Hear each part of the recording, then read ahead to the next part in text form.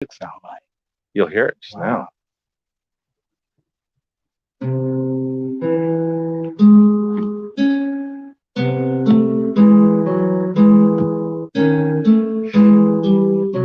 Thank you for joining us live stream in the park. We're going to be in the park for a long time today. We are starting with our guest. I want this. Oh my yes, God. this is the one. We are starting with our guest, Yaya. We met Yaya 2 weeks ago when Quinn had a talk with you about the law of attraction. Yes. Just to be clear, we're on live stream. You're okay with being recorded in live stream? Yes. Very good. Fine with it. Okay. So, Yaya, what Yes. would you like to tell me about today? What claim would you have? You know what? I just saw a beautiful hawk. He's actually right behind you. There's a hawk back there. Yeah, Okay. he just landed. He's on the third limb, just staring at us. So I'm gonna go with animal totems today. Hey! Oh, excellent. Animal totems. Tell me about animal totems. So I would say that while we're walking and we're going about our daily lives, we tend to focus only on what is it's kind of like a tunnel vision thing where we're just like looking around not checking out our whole environment, but just what is around us. Okay, so it's not so much tunnel, it's just close. Yeah. Close. If you're further than this, I don't care. Yeah. Okay. Yeah. All right. So I think now that we are going into this awakening age, of even the world's changed a lot now, and it makes you look at things. It forces you to, because RoboHawk. Yeah. Somebody's got a drone over here. Oh, and there's a drone RoboHawk. here, and then there's another one there, and Yeah. then, of course, the real hawk is over there. So hello. So I we get these symbolisms throughout the day to help us. There he goes. There's the hawk. See him? Oh, yeah, see there him. he goes. Bye, hawk. I really love birds. Isn't it beautiful? Yes. So indeed, as long as he stays away from my birds.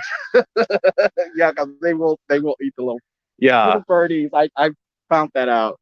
It's like, I think wolves are beautiful far away from my kittens. Yeah.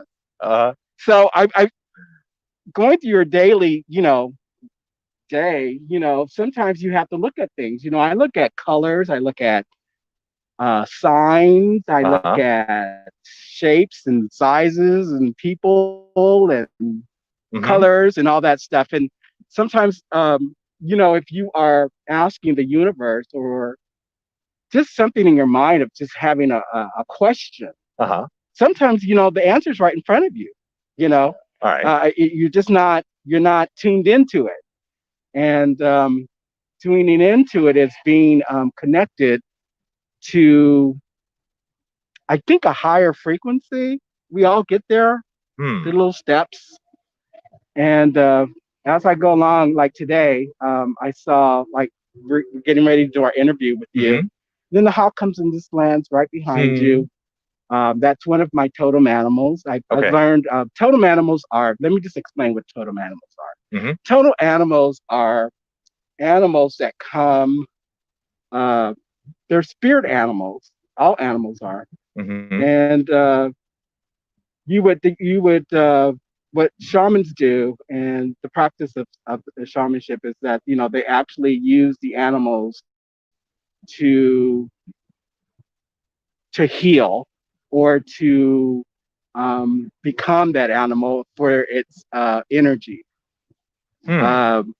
So the hawk basically is the vision. You want the vision of the hawk, and then it soars above, right? So you want the hawk. If you ask the hawk animal, if you read about hawks, it'll tell you exactly what it does. So you try to look at those attributes and see if you have any of those. You see, and if you don't, then you can ask that animal to share that gift with you. Okay. So just now, before even coming to talk to you, I was coming down the hill, and I said to the hawk totem, I need your vision to oversee things. I feel like I'm in things. in things where I can't see them. I need to go soar above and kind of get a perspective. So like an outside view. An outside view. Okay. Because sometimes when you're in stuff, you can't see it. You can't see the truth or the can't see the forest for the trees. The forest for the trees, right? And so this gives you an observation to stand back and to naturally see things unfold, you know, and not be so much into the drama or on the stage of that whatever scenario is, you know. So I come down here, and then that hawk comes down, and that gives me confirmation of we heard you. You can use that vision. We'll help you with your vision to see things from a different perspective. Who's the we that heard you? That's a good answer. We, I can say we did like. Yeah, I said we heard you. So it's we who is influencing the hawk. Is it we the hawks? Yes. Okay. Yes, we the hawks. And it could be any animal. So I would say to you, like people will ask me, yeah, what is my totem animal? And so I look at them and I go, well, what is the animal that you see and you just can't take your eyes off of it? And just if you could have it, you would have it as a pet. You just love it so much, and you would just want one for yourself, right? That is your totem animal. Okay. And yeah, that'd be your totem animal. So mine's is an elephant. Okay.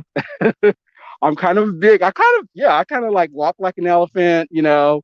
I've got good memory. I'm very protective.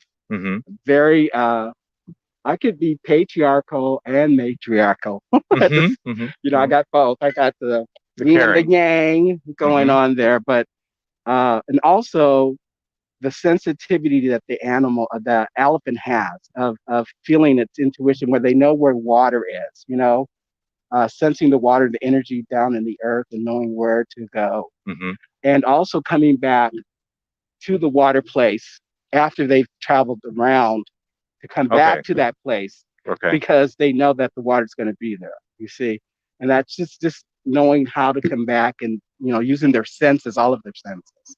So I would say I take on that part of the elephant, you know. Okay. And some people have like a turtle, or it could be an insect. I mean, I get beetles all the time. Beetles land on me all the time. So I kept on thinking, what is this stuff with these green beetles landing on me all the time? And how does how common an animal interacts with you, or comes to visit you, or lands on you, or something? How does that inform you as to how to take on their characteristics or focus on their characteristics for yourself to do better? Okay, so one of the things I did do once I started seeing like the animals coming to me, I like to go hiking and stuff, but you know, people go hiking all the time. They don't see any animals. Some people say, I don't see a thing. I go in that damn forest. I got all kind of animals coming at me. The last time I went, I got a deer and what was it? A bobcat. Okay. A bobcat. The first time I ever saw a bobcat, I thought it was somebody's cat. And I get the birds, hawks, falcons. Today I got falcons, I got crows, and let's see, what else did I see? That would be it for today. Okay. I mean, and so what I did was, I got a book on animal totems, and I started to study what they mean. And so basically it is the characteristics of the animal, the behavior of the animal that you would want for yourself, or you would want to, you would ask that animal to share that with you, you see. Okay. And this the other day when I went around the Rose Bowl, a coyote came up to, there's a lady walking in front of me, and it ran across the golf course, you know, the inner side that with the fenced in, and it ran up to the fence straight to her. And she runs across the street. I'm across the street. She backed away from the fence? Right. And she starts running across the street. She didn't think the fence was enough? Yeah. Okay. And she says, "Oh my God, did you see that? It's a coyote." And I said, "Yeah." And she goes, "Oh my God, what does that mean?" And for her to even say, "What does that mean?" You know, some people don't even care. They don't even think, "What does that mean?" Right. You know? So that just told me right there and aware that she's aware of stuff. And so I said, I didn't want to give her the whole thing. I said, just look up. I said, Google what coyote means. Okay. Or what is the animal totem coyote? And it'll explain to you what coyotes' behaviors are. Okay. So, and it was, I believe it was wisdom and, you know, because they're very smart. And then at the same time, they're very, I think it said cunning, you know, kind of like tricksterish, you know. Okay. Like and because they don't work hard, they work smart. So I said, are you at a job right now where you have to work smart instead of hard? Are you working too hard? And she looked at me and she goes, yes. And you know, I said, well, that's your answer. Okay. She walks up and she kind of looks at me and she weirds out and she walks across the street like, oh my God, you know. So those type of things, you know. So we get all kinds of things as we are walking and going throughout our day, and the symbolisms of everything, you know. So there might be a color that you're generating for the day. A color that you're generating. Yeah. That's going to generate another question, so we'll come right back to that. I have some questions from the audience. Yeah. Could someone be mistaken about assigning an animal to be their spirit animal? Could they get the wrong animal? They could, everyone's, and the only way that could happen is because they're not asking, or they're not, I would say that the plan is, I think the rules about having a totem animal is what I explained today. It would be the animal that is most sacred to you, that when you see it, it just takes your breath away. It just mesmerizes you. And several animals do that for me. Yeah, but it's be the one, and I'm the same way too. I was thinking, God, I love animals. I like animals more than I like people. But sometimes.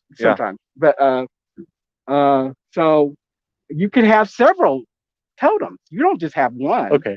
You know, just like you have, if you believe in past lives, of course you're walking around with a whole bunch of animals. More than one animal. I'm walking around with a whole army of animals. Okay. So I have lions, I have leopards and cheetahs and a gorilla and a hummingbird. Okay. Beetle.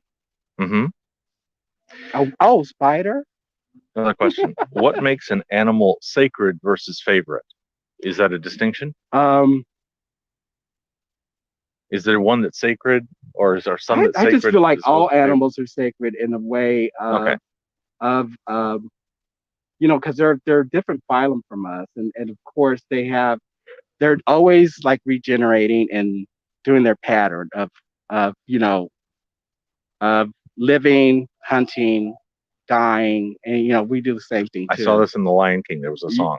Oh, the circle of life. Yeah, there we go. The circle of life, right? So there are teachers. If we look at the animals, right?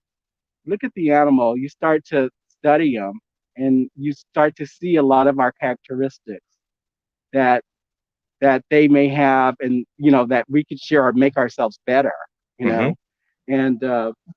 so I think taking on the animal spirit, or asking for it to be a part of you, or if you could be a part of them, whatever way you want to put it. It is it's a gift. It's a gift. And did I answer the question? I think you did. I did. Okay. I think you did. I have another one. Can you clarify the awakening age you mentioned earlier, is this a specific awakening age, or are you just saying that it's an ongoing process? It's an ongoing process. So that's a state of mind where you become very sensitive to everything around you.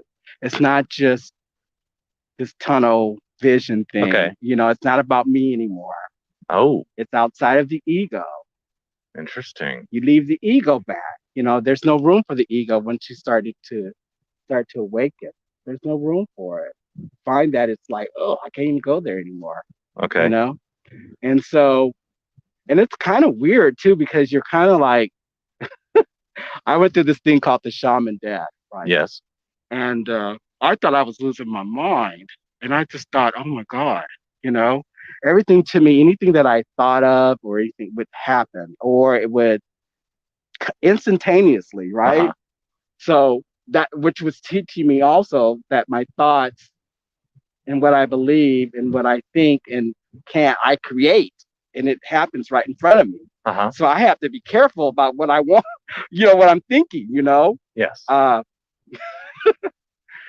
it's not, it's a thing where you're holding on to it for more than an hour or 30 minutes or so. You know what I mean? That little thought that comes in your head and you have that little bag. Okay. I had one of those this morning. I lost a little sleep over it because I was like a communication from yesterday, and I was wondering, did I make a mistake? And I checked. I checked in the morning. Yeah. I should have checked in the night. I wouldn't have. It was like lols. Okay, we're good. Yeah. Yes. The response was lols. We're good. I can put that away. Let's see. What is someone who does not assign a spirit? I'm sorry. Let me start again. Yeah.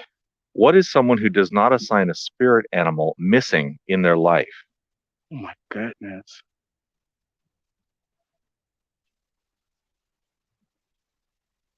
I think before we leave this earth school, we have to experience everything that's here. Okay.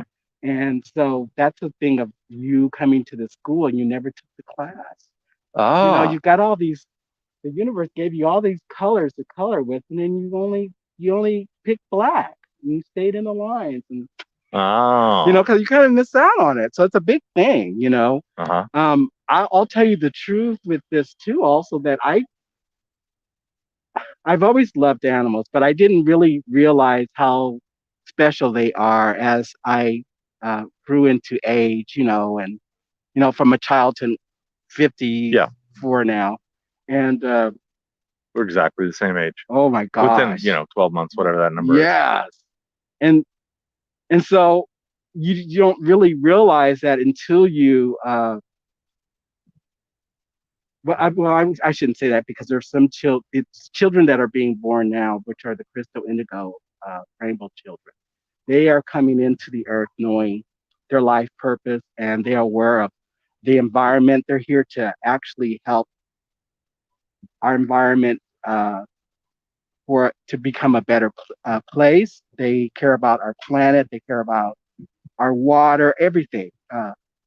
They're here to change things that don't work for us anymore. And they're also to bring truth to a lot of things, in exposing things. Okay. And so I don't know how I got to the crystal kids through. I forgot the question. What's the question? The question is, what is someone who does not assign a spirit animal missing in their life? Yeah. And so and you mentioned crystal indigo rainbow children. Yeah.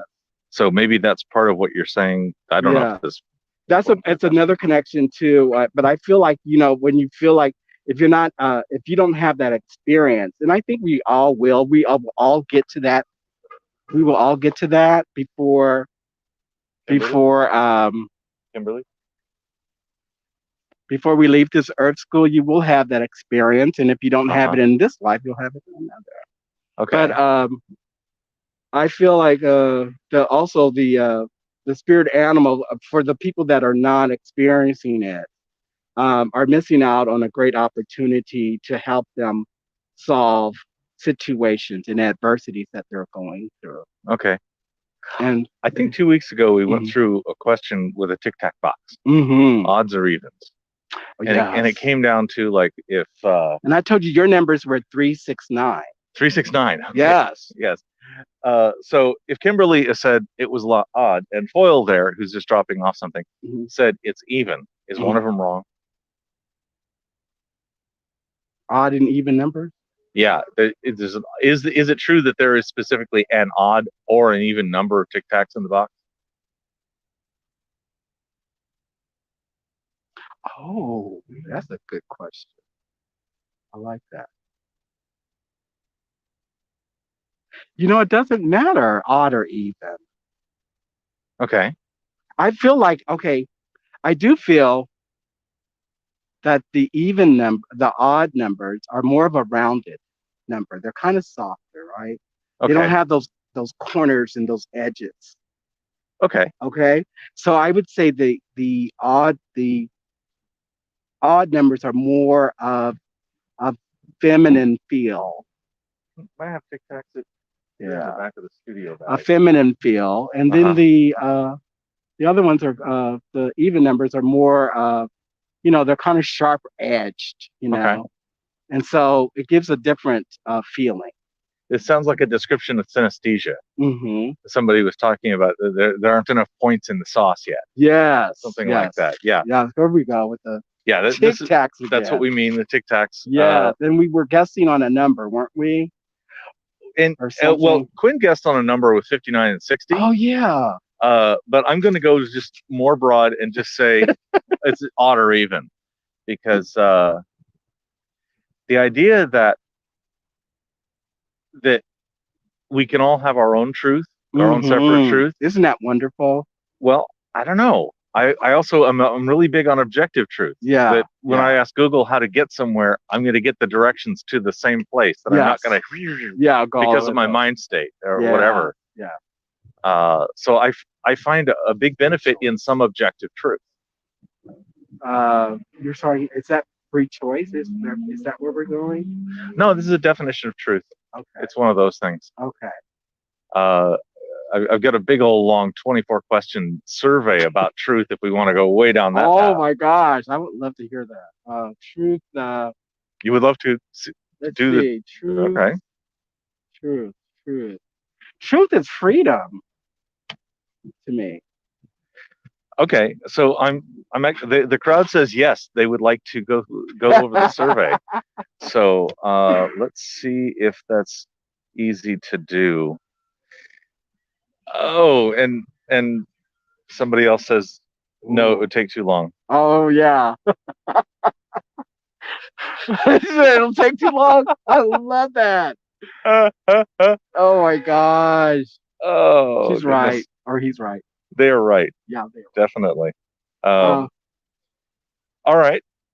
The crowd is apparently saying yes. Oh my goodness. Truth is. Do they believe that? Do they believe that truth is freedom?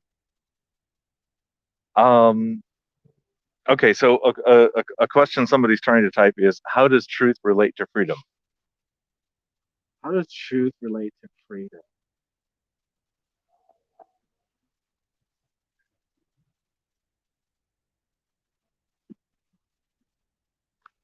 I was gonna say, oh God, I just heard my grandmother say, "When you know better, you do better." Okay, that's nice. Wow, thanks, Grandma. Yeah, it frees you because you don't spend time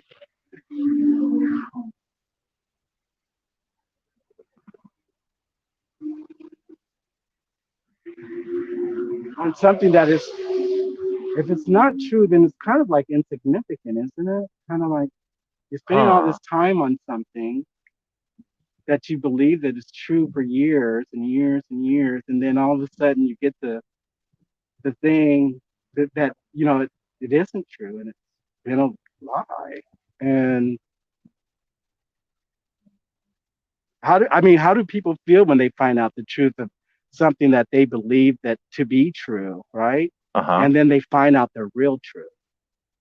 Okay. And how doesn't that feel freeing, that you're not bound by that anymore, that you have the divine intelligence to know the better, the good of it, or I wouldn't say good. I would say the what is that word? It's a good question.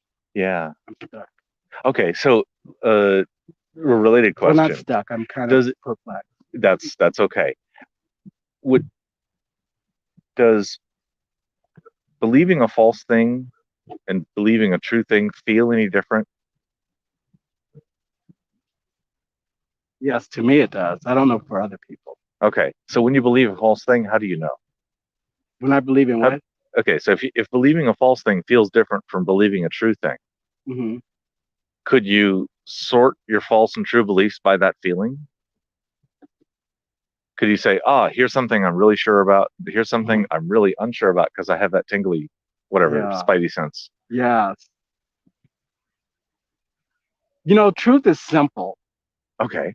And it's not complicated. It's not a whole bunch of words. It's simple. It's simple. When you hear it, it rings that way. You kind of feel, like you said, that tingly feeling. Okay. And it's just like, God, that was simple. You mean, it doesn't have all that other stuff tied to it. And I think I can do Newtonian math. Yeah. I can do Newtonian physics math, right? Yeah. And I know that Newton was ever so slightly wrong, that Einstein was ever so slightly more right. Yeah. Slightly righter. Yeah. And yet I can't do the math for general relativity. Yeah. Yeah. So if I believe that I'm doing something with Newtonian physics and saying it's a close enough approximation for my purpose, but I know it's slightly wrong. I know GR is slightly more right. I do feel that difference. Yeah. Yeah. But I can't do the general relativity, so it's out of my reach. Yeah. Yeah. So that's an example where believing a false thing, that I'm not believing that Newtonian physics are correct. I believe that they are a really good approximation. Yes. Yes. Yeah, but I believe general relativity is a closer approximation. Right. Yeah. So you're living this room for it. There's always more room to grow in that truth. That's an example where truth is not simple. Right. General relativity is so not simple that I can't do the math. Yeah. Yeah. But the simple part about it is, this is when I said simple, it doesn't have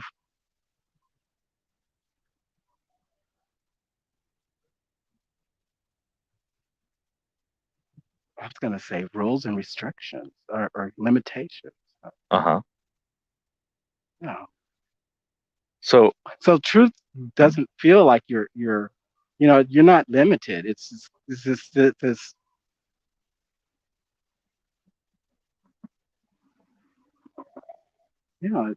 that's where I feel like the freedom comes in, where you're not limited or restricted after finding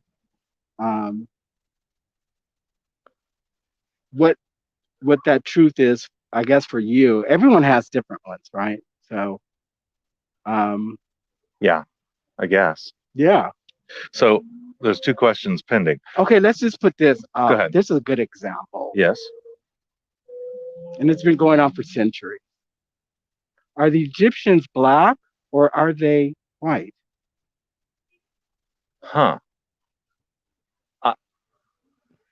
They're both. They're all of the above. We polar monkeys that have broken melanin for vitamin D reasons seem to go back and forth into Egypt, and then there's equatorial monkeys. Did the melanin get lighter as it got turned off? Okay. Yeah, it got broken. Yeah. Yeah. So there's a lot of things in our history that need to be exposed in the truth. Okay. And I think it would make the world a better place, because what it does is it doesn't separate everyone. It makes people come together. The truth makes people come together. Yeah, it come together, and actually see themselves in it, Does that constrain us? I think it does. Okay, so somebody's asking, could a person be constrained, the actual opposite of freedom, by real truth? Wow, yeah. constrained by real truth. Yeah, they can be because you know what? The reaction to that, it depends on the individual, right? So that reaction of the real truth for some people may be debilitating. Bet. You know what I mean? Yeah, sure. Yeah. Until kind of get yourself centered again. Like, oh my God, all this time I thought it was this, and it's not. Yeah. And Santa Claus is real. Yeah. And he is because he's somewhere up in. Heard it was a black man in Europe, but sure, that's fine. More. Anyways, Saint Nick. Mm-hmm. Yeah. Yeah. The truth is, I believe, it can be a little bit debilitating for people because the shock of it all. Some people react differently. So I could. Yeah, I believe that. So I have a longish question. Are there any common claims you hear that you do not think are true? And if these claims lead to disagreement, how should we handle the dispute? Oh my goodness. That's not good. Say that again. Oh my God. Are there any common claims you hear that you do not think are true? And if these claims lead to a disagreement, how should we handle the dispute and determine, what's real or what how we should respond?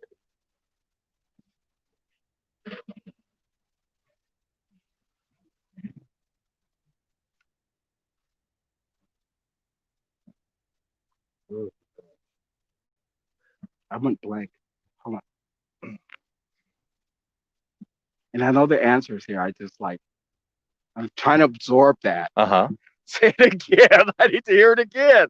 I need to hear it again. Yeah. Say it again. Sure, no problem. Say it again. Are there any common claims you hear that you do not think are true?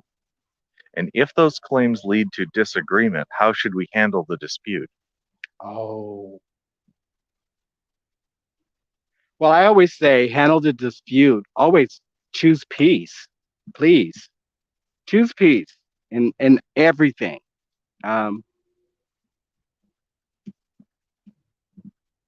If there is a disagreement, if the truth does bring that situation, of indifference. Like right now, the Black Lives Matter thing. Okay. Yes. So we have people who feel that, one-sided on that, and some people that feel the opposite. Then we have some people that are right in the middle. And then you have some people that just don't care. Okay. I don't care about all that. Okay. So everyone has their own perspective. We have one of the things that we have to do is respect each other for what they believe. Yeah. I don't have a problem with that. Yeah. And I think that everyone has the right of free choice of whatever they want to believe. Yeah. And let the person live their life. That you don't know what their purpose is. Maybe that is a part of the adversity or whatever challenge they have to go through to become who they're going to become. Okay. And so when we're in that state of where there are indifferences, I'm using the Black Lives Matter, which is kind of like a really touchy subject right now. Me being Black and a lot of other things. My mother's from Guatemala, and I'm Mayan. My father's Chaca from New Orleans. Okay. So I'm Mayan, and I've got the New Orleans blood, Cajun blood in me. And then I come from two sides of a family that are very intuitive on both sides. And so when people see me, they see a Black man first. But I don't know. Some people. And then there's some people that see me and go, are you Native American? Like, yeah. Okay. What tribe are you? Some people will see that.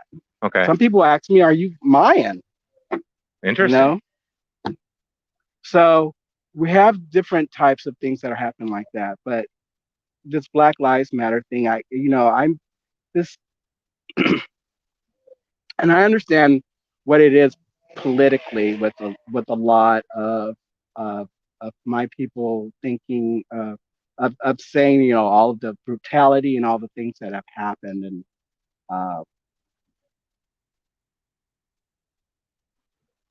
but then again, we're looking at this lives period. Don't all lives matter? I feel like all lives matter. I think that when we say that, it separates us. I totally, you know, you said some people care about it, don't care about it. I am so not in the don't care about it category. Yeah. But I can really understand arguments from both sides. Mm-hmm.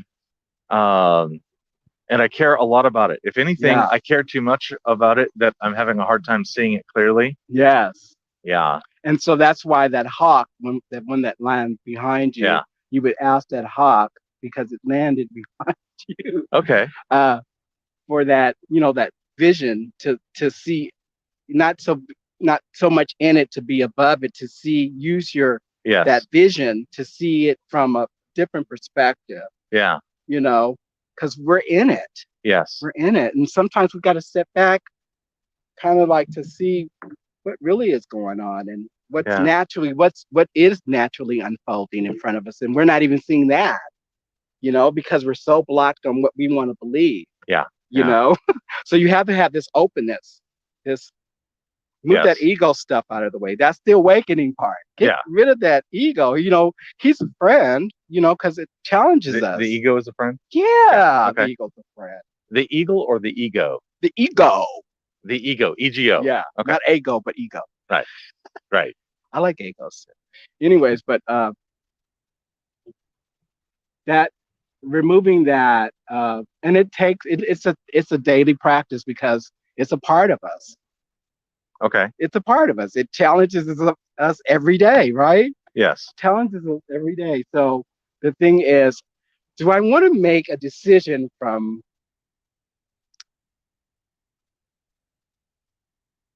without using I would say the heart chakra or the heart. Okay. You know, don't make the decision from just the intellect. Put the emotion into it. Okay. Right? So that you have a balance of both. So I want to take emotion and intellect and cement it together. Parts just merge them together, right? Okay. Women are great with this. Okay. Women are great with this. They are the true creators, right? Whenever I'm thinking about something, I always include my spouses. So women are the creators, you know, and so they're the true sex. They are the true sex. So am I the fake sex?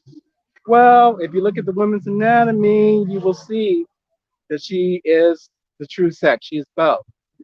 And so that's another subject we have to but anyway, but what the question was again, I just have to scroll back to it. Yeah. Are there any common claims that you do not think are true? Oh yeah, so we went through that and I used the Black Lives Matter thing. Okay. Do you think it's a true claim or a false claim? Ooh.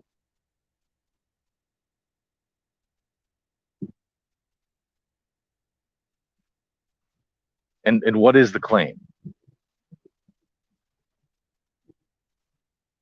That's what I'm thinking. What is the claim? Yeah. You said, what is the claim? Yeah. What is the claim? What is the claim? When I say Black Lives Matter, it's like, obviously, yes. Yeah. Hell yes. Yes. And it's like, why are we making a distinction? My natural reaction is all lives matter, so Black Lives Matter. Yes. So why is all lives matter distraction? So if you're saying only Black Lives Matter, what are you saying about the rest of the races? You know? Yeah, I would not accept only Black Lives Matter. No. That is obviously false. Yeah. To me. So my thing is, you know, and I'm putting myself on the edge here, you know, by saying this. But I'm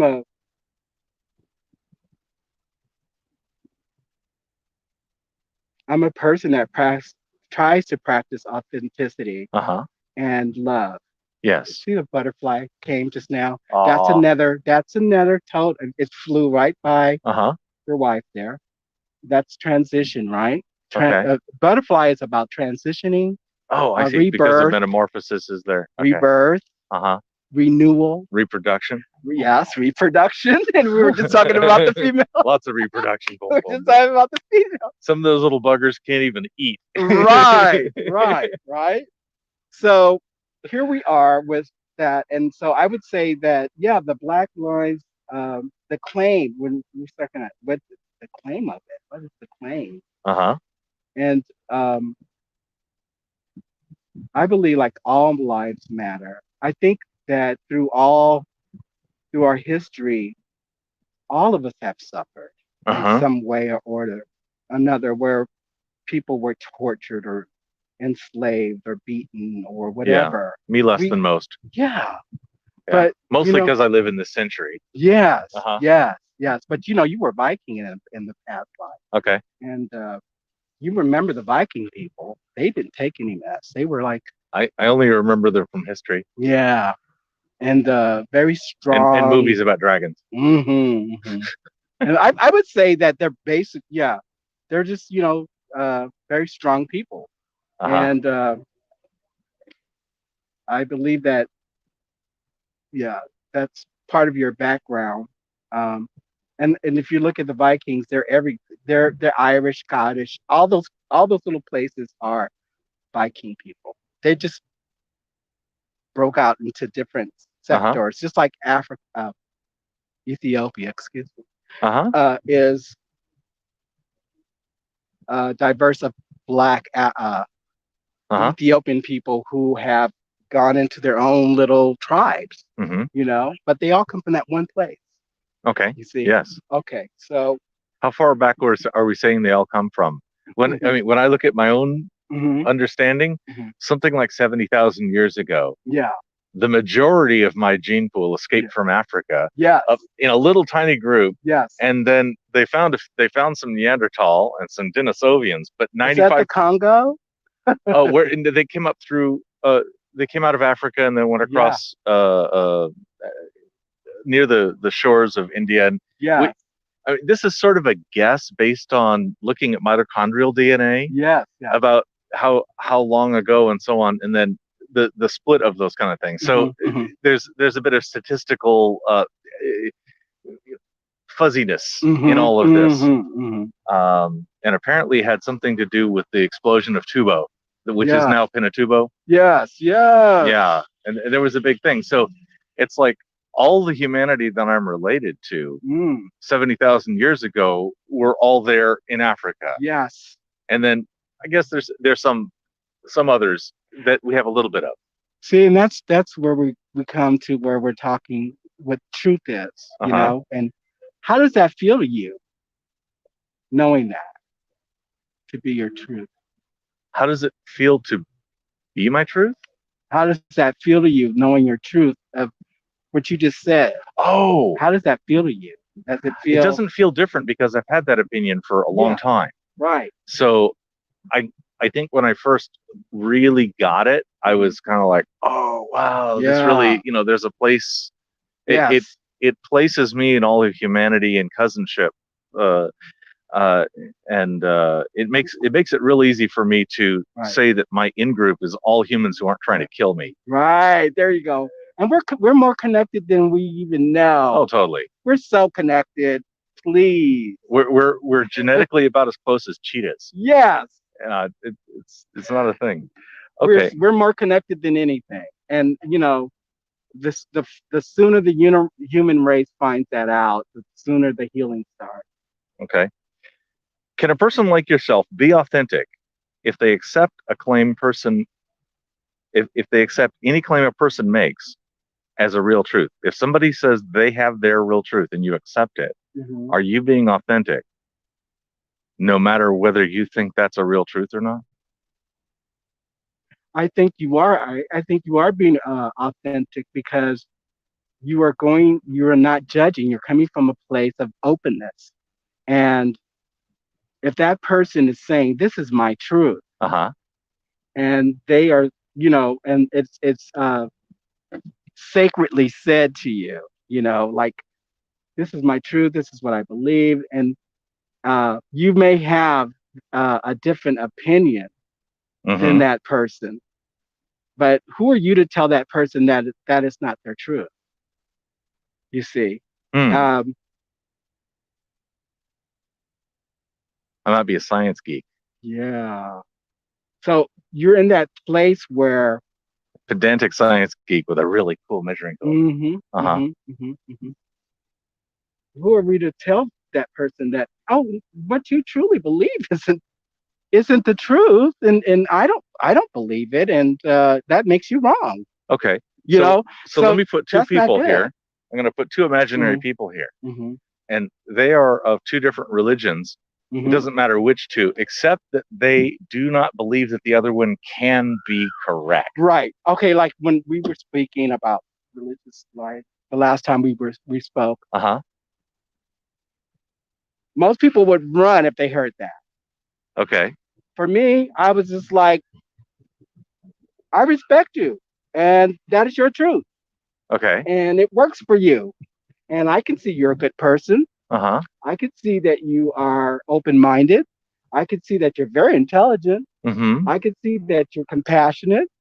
So all of these other things are more important to me than what you spiritually believe. I just want to know that you're doing good.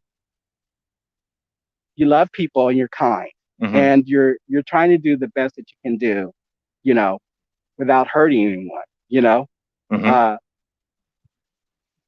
Believe what you want to believe. It's this is here we go with the free will. Free will. It's your divine birthright to have free will. Oh, interesting. How do you define free will? I would say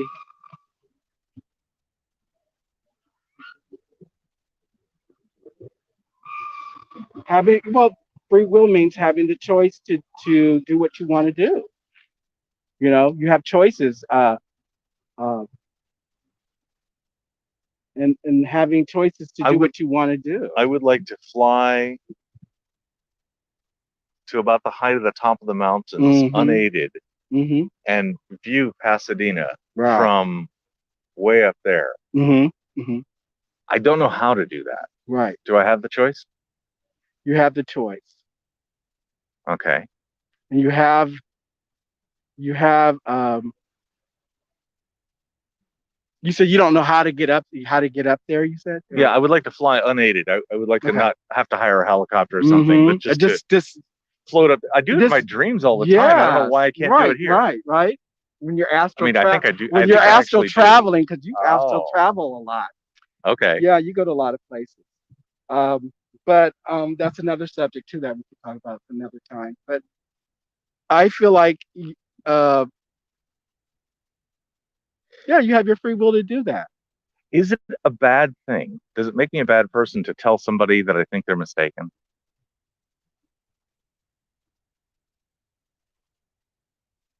I don't think it's a bad thing. What it does is it opens up a space for a conversation. Okay. And to have a conversation, right? Without anger, without all this other negativity stuff. To tell a person I feel, and let them say what they need to say. Yeah. And then have that person rebuttal what they need to say. Yeah. You see? Yeah. And then from there, we've got a hawk and a crow, and they don't get along, but look at them, they're getting along. Huh. Look at that. See that? I think it's blocked by. I think the sunshade is blocking my view of it for you. So, wow, that's the message. Okay, so the indifference. So you see how now the crow is torturing the hawk. Okay. Okay, wait a minute, just playing with it. Okay, so it goes to show you that these birds are birds, right? Yes. But they have these different behaviors. Yes. And one teases the other. Oh, yeah. Right? So, but they're getting along right there. Are they? Well, kind of. Well, they're learning how to live together. Yeah, they're working it out. Yeah. Isn't that what we're all doing? Yeah, it might be that the crow is saying, "Okay, moving on. Yes. Get out of here. Yes. We own this territory." Right. For that to happen right now, that just shows another confirmation. If like we're all just trying to do the best that we can do and to live together and to coexist together, you know, and with this openness of non-judgment. And I think being non-judgment allows you to be free, allows you to be open to receive because you don't know through another person's um,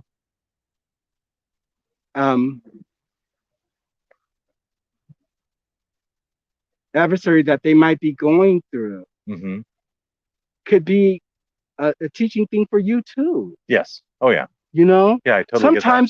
Sometimes we see a person go through so much. And guess what? If you're there with that person and you're helping that person through it, guess what? You don't have to go through it. Yeah. Because you already got it. It's a beautiful thing if you can learn from somebody else's mistakes. Yes! Oh, that's so free. Isn't that free? That's wonderful. Doesn't that feel free? So I'm gonna change it. There's another guy who does this street epistemology that I've learned a lot from. Yes. His name is Dr. Tyrone Wells. Oh, hello, Dr. Tyrone Wells. And he likes to ask, when we were talking about relative truth, is it true for me that my car could drive on water for fuel? So I'm giving away free water. And if I believed this water could get me to drive my car home and I was out of gas, so I put the water in the tank, could I drive home? Wow. I don't think you could drive home. Okay. Like putting gas. Yeah. So it just wouldn't work. They would be mistaken if they were, But not mistaken. It just wouldn't work. Okay. And staying open-minded. Well, is there something else that we can do to? Maybe I could assist you to. I have some gas in the back of my car. Why don't you take this and try to pour it in there and see if that'll work? Okay. That's when you're coexisting together. Yeah. And not putting that person down for what they believe. You know what I'm saying? I didn't cut you down. Be saying, "Oh my God, are you nuts? You're gonna put water in there? You're gonna ruin your engine." Yeah. Yeah, I think it might. But hey, I'm open. Hey, guess what? I got some. Try this gas thing. We call it gasoline. Put that in use the gasoline. That'll work better. Put that in there and try to see. I mean, guess what? It's not unleaded. It's a regular, but it'll get you home. Which is more motivating to you? Which is a bigger motivator to you? Yeah. Being kind or being correct? Kind. Okay. I don't want to be correct. This thing about being correct. Yeah. Not everybody's correct. Right. I'm correct. I am not correct a lot. I don't know a damn thing. Uh-oh, you're almost Socrates. People come up to me and I say, "What? Oh, you're so this and you're that." I'm telling them, I go, "Don't put me on a pedestal. I don't know a damn thing. I'm learning this. I'm going." You know what I'm saying? I don't know a thing because I could leave here right now and experience some more stuff. I'm just learning. I'm trying to learn like everybody else is. This school that we all signed up to. So the person with the water bottle, is it fair to say that they would be mistaken? Would the kind thing to do to be given the gas and say, "Don't use the water. You're gonna kill your engine. Please use this gas. Please recognize that you're mistaken. That water will move your car." Yeah, mistaken. Let's break that down. Okay. Let's look at the word mistaken. What does that mean? Mistaken. Mistaken. Oh, I think it means that that I have come to an incorrect conclusion. I've made a prediction that has a very low probability of being true. I think that's what mistaken means. Is that a judgment? It's a judgment about the prediction. I'm not trying to say they're a bad person. Right. I don't think it's about bad person or not.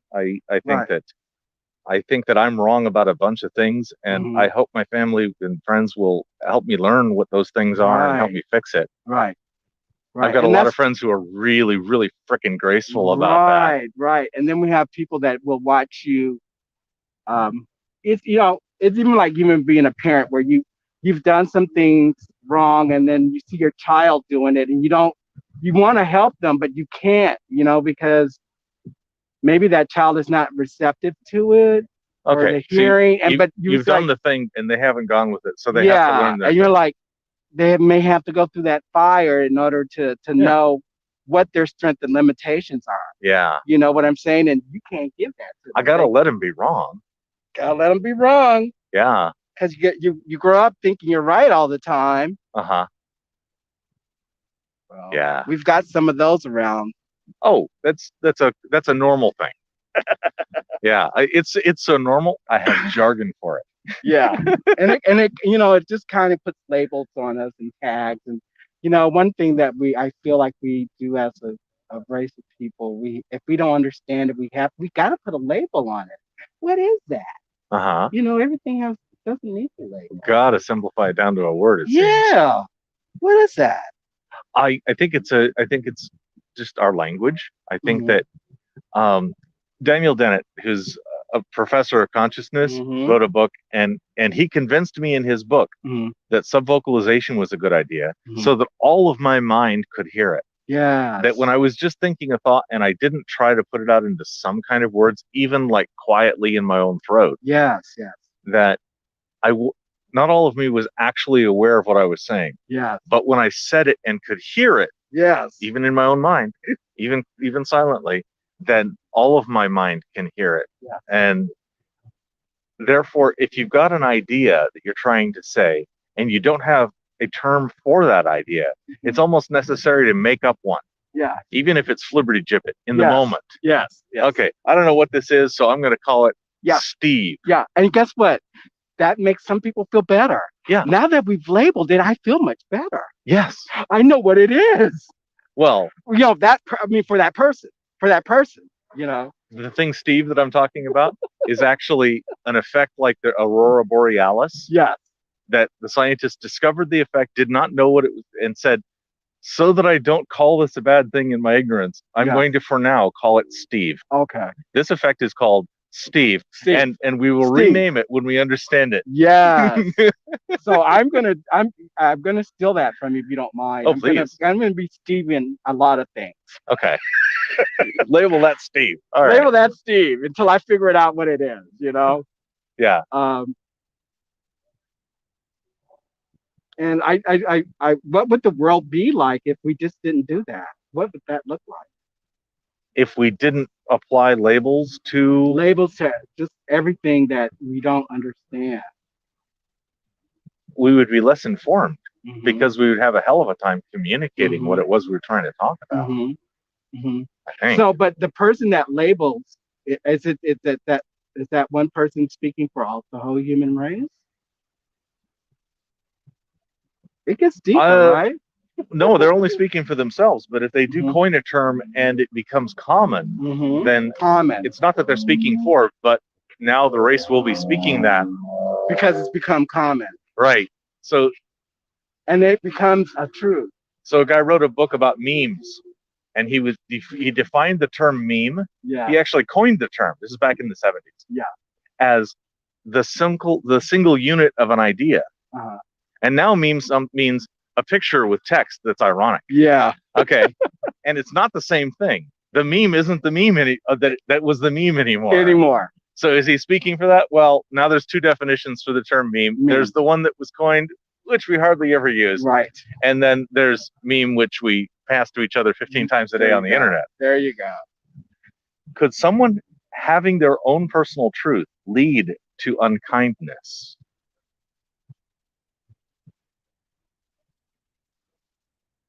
Yes. Yes. Okay. Yes. Yeah. Because that truth, that own personal truth, without the openness, can make you put people into categories and judgment. It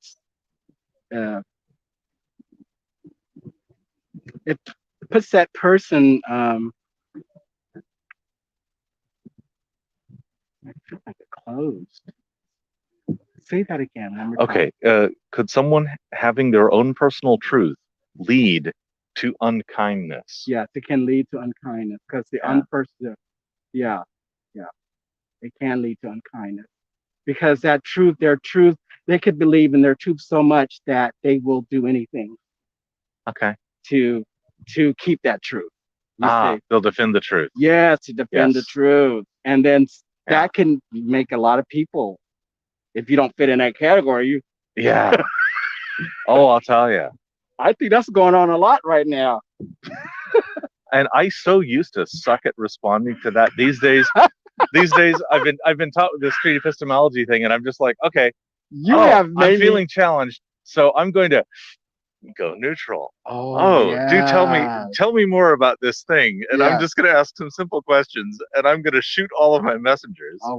That's just the term for me not taking my position and trying to convince you toward it. Right. It's just like, put that aside, get that ego out of here. Yeah, let me sit in this neutral state.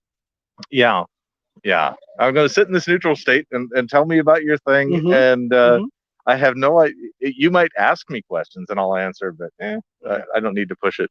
Yeah. So thank you. I'd like to leave it at that. Thank you. This has been a great conversation. You really made me like, I had to, oh my gosh, I had to go deep in. I wasn't expecting to go that deep in, and I loved it. And you as plural, there's about a dozen people in the live room. Yes. That ask most of those questions. Oh, yes, all of you. Thank you so much. It was just a pleasure. Thank you for making me look within myself and to share my thoughts with you. Thank you. And that you shared yours with me. Isn't that just great? This is what the world should be doing. Sure. And it makes it a better place.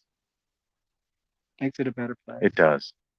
Thanks for the water. Oh yeah, absolutely. Yeah. All the water you want. Yes. Do you have any questions for me or us or the room? I wish you guys the best. It's been this is my second time here, and I've enjoyed it.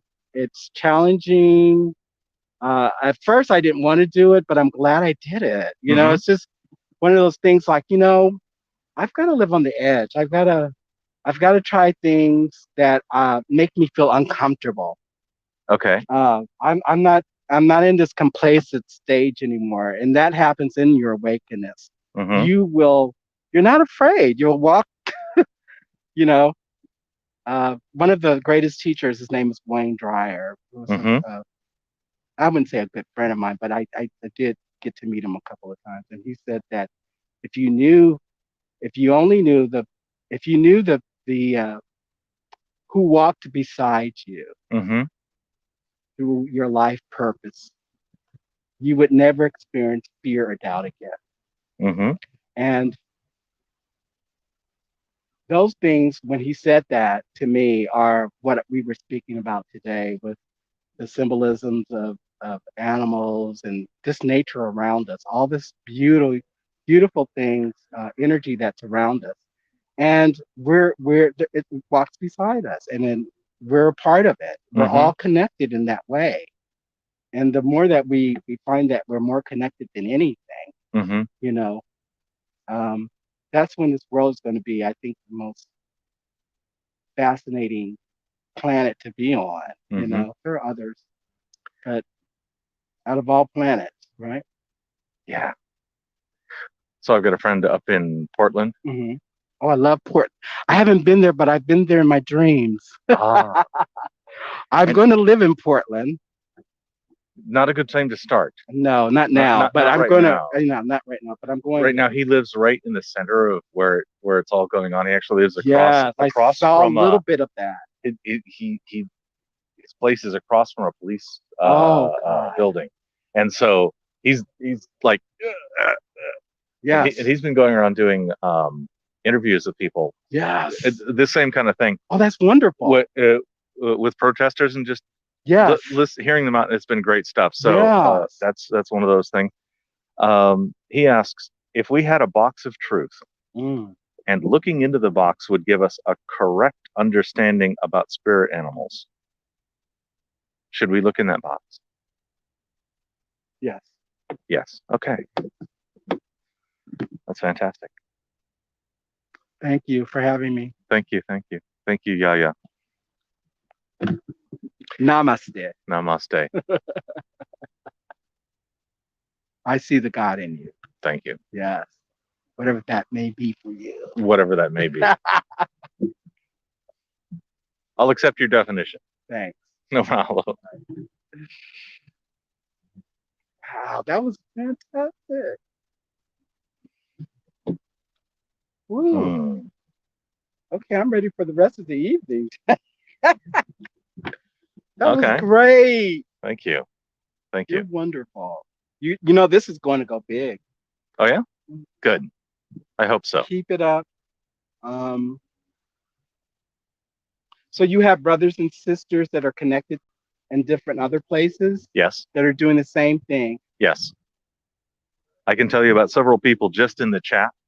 One of them's in Portland doing this. Mm-hmm. Another one is often in Hollywood and is currently in Florida that does this. And he's the one that first trained me. Yeah. And actually, some of this equipment is borrowed from him right now. That's fun. Gosh. Another one who was in here and asked a few questions and then left is in Austin, Texas, or San Antonio. Oh my God. Let's see. Another one is in Canada. Oh my gosh. I'm just trying. I'm looking through the list of people. Was in Sweden. I don't know where Mind Onion is. Let's see. Mind Onion. Gotta love that name. Yeah. Yeah. Is he Indian? Oh, he's in Southern California. Oh my gosh. Oh, you're in SoCal. SoCal. I might be seeing you across this table soon. Right. That would be wonderful. He needs to come down here and sit across this table from you. We are worldwide. And JCC is, I know he's in Central Time. I don't know where JC is exactly. And Mind Onion is more south than LA. Well, that's fine. Yeah. We can head towards San Diego. San Diego's great. And JCC is in San Antonio. That's fantastic. Yeah. San Antonio, the little, what is that? Is they have a canal or something? I am lousy with Texas geography. Well, I'm from El Paso. I was born in El Paso. Hello from Canada, yes. As soon as my mother crossed into the United States in Juarez, New Mexico, I was born in El Paso. And that was a military town where she met my father. Okay. Yeah. So, yeah. Texas is a great place. And Austin is a great place to live. Austin's beautiful. We are in the starting up part of a project to make a formal course for this. Formal course, lots of modules, you know. Yeah, and it's going to be it's big, and it's going to be big, and it is something that people will be watching. You know, we have a lot of stuff on TV and stuff like that, but this is meaningful. You know, people are not watching television as much anymore, and if you go and you see them, it's YouTube. They're on YouTube, and it's connected to Netflix, and they're just, it's all of that stuff is gone. That's the big media thing. Yeah, you know, we're in a new. This is what's going on now, and I love it. I so much prefer to watch shows. You guys are ahead of the game. Where I have a chance to actually interact and influence it. Yes. It's a beautiful thing because people get to see themselves in other people. Yeah. You know. And the thing is, it's like, oh God, I'm not crazy. There's somebody who speaks just like me. Oh yeah. Or you know, just that connection of that thought or question you had in your head, and you turn on the YouTube, and there you are, and they're having the conversation. You know. And what we're trying to do here is to be able to have conversations well outside of agreement or outside of special interest. Yes, and it's raw. It's raw. And I love the part that it's raw and that you guys just randomly talk to people. Yeah. You just don't know what you're going to get. We don't know what we're going to get. We don't know. And like it's the box of chocolates. It's a huge box of chocolates. Yeah. So I enjoyed it. Thank you so much. Thank you. We are off. Well, the live stream is going to continue for several more hours. No, it's okay. It's totally normal that we would be taking breaks between interlocutors. Okay. And part of the time I will just chat with the people in the moment. Somebody else. Oh yeah, somebody will pop up. While we were setting up, there were like 4 people that would have been ready to sit down had been ready right then. They're coming. Yeah. I mean, actually. Yeah, they're here. They're around.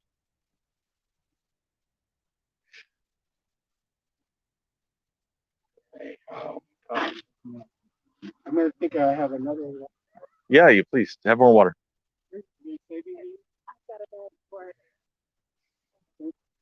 Thank you so much. Thank you, bro. You bet. Thank you. Take care. Thank you. We're doing it outdoor thing? Yeah.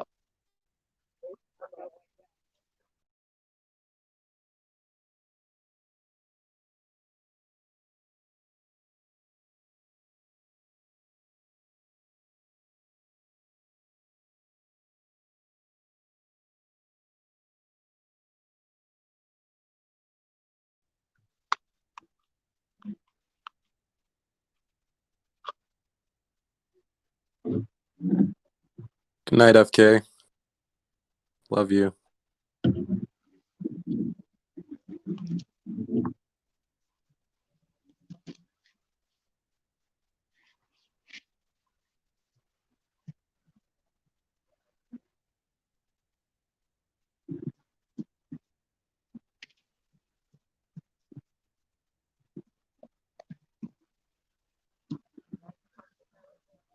I'm going to get up and move the sunshade because I can feel old soul creeping up my back.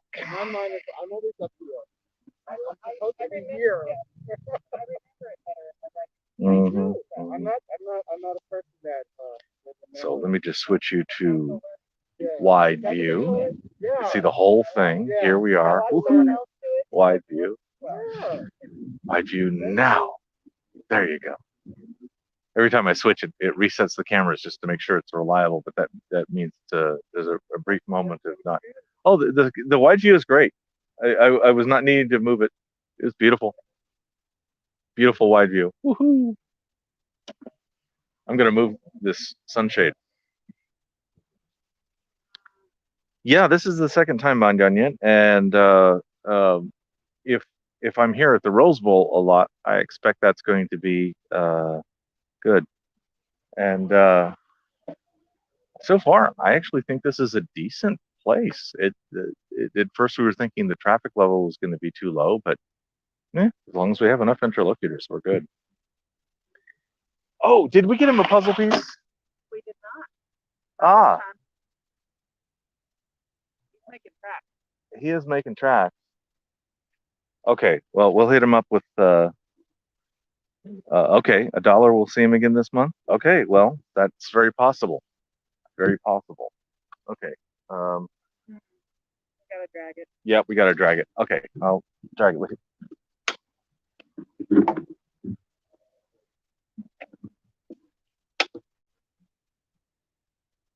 That way. Okay. Really? No, I think this way.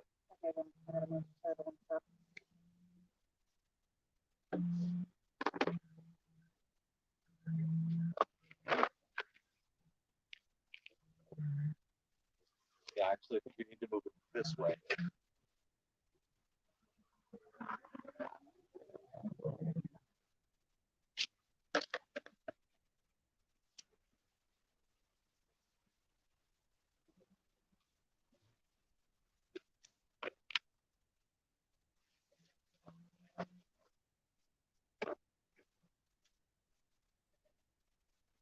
How about that? And as things move, you'll probably have a bit of rotation without moving it again. Does that make sense? Mm-hmm.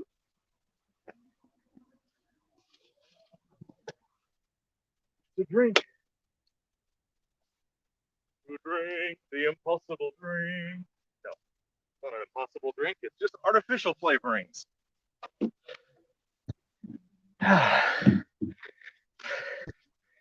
Because I really like my water carbonated with flavorants. Yes. Hey, Dolly. Check your batteries. Remind, yes? Check your batteries. FK, Check my just batteries. wanna Yes, go ahead. unmute the room so there's not much dead air in between interlocutors, so there can be open chat. Yeah, so let me just unmute. I think I just type in unmute. My keyboard is working, right? Unmute. So the room should be unmuted, and we can totally just talk with each other a bit, if you like. How are the batteries? That one's at 50. So you're going to switch it? I switched it. And Thank it you. killed my sound. Reconnected. Disconnecting power killed your sound. Yep. Fascinating.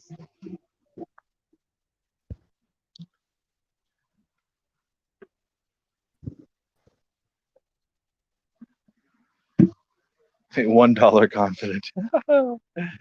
Yes.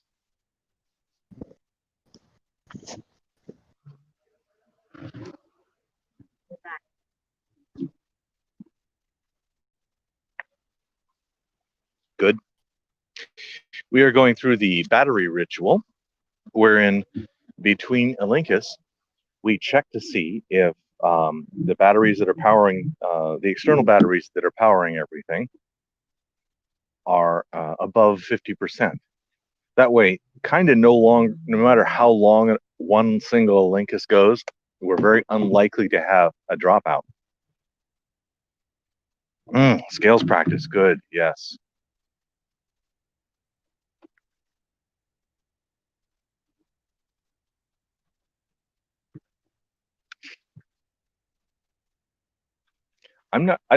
That's not a very reliable battery. Yeah, I really like this particular battery because it has a lot of diagnostic information. It will tell you the power level going in and out and that sort of thing. But unfortunately, there are a couple of the outlets that are no longer fully reliable. So that's a thing.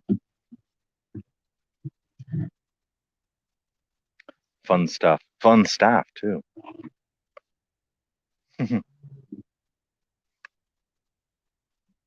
I'm glad you got a notification from YouTube.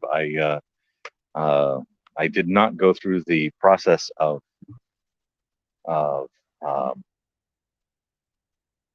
tweeting or publicizing this one. I got far too involved in my setup to take the time to do that.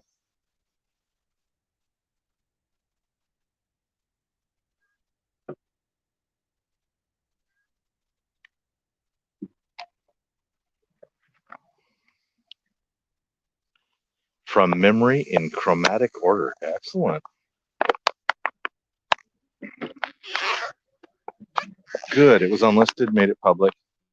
That works. Thank you.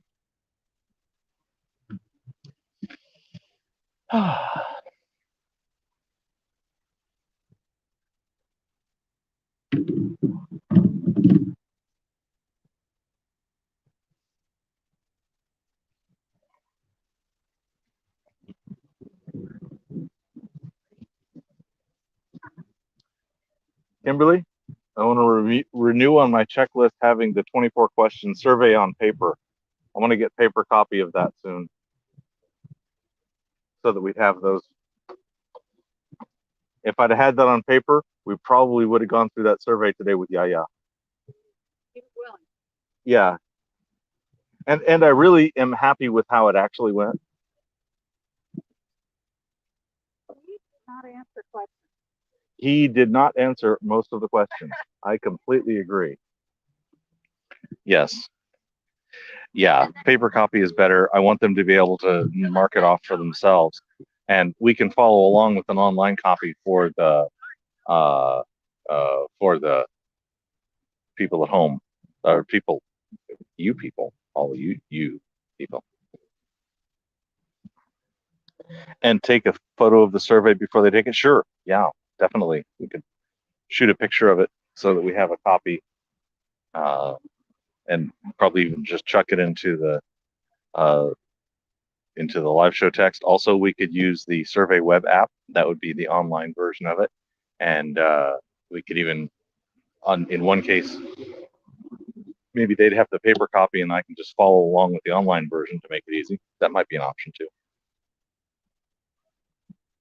I haven't decided to give them tech that they can type on or something like that yet. We could do that. We can give them a tablet or something. So I'm not necessarily expecting people to be up and ready for typing or whatever else. And right now, it's one more thing to have to clean. I'm going to go clean his side. Truth is that which best? Yeah, sure. Yes, I totally can. I could do the Through the survey. the whole survey. No, he threw the first question of the survey. He also threw the online version of the survey. Yeah. Yes, and yes, we could do that.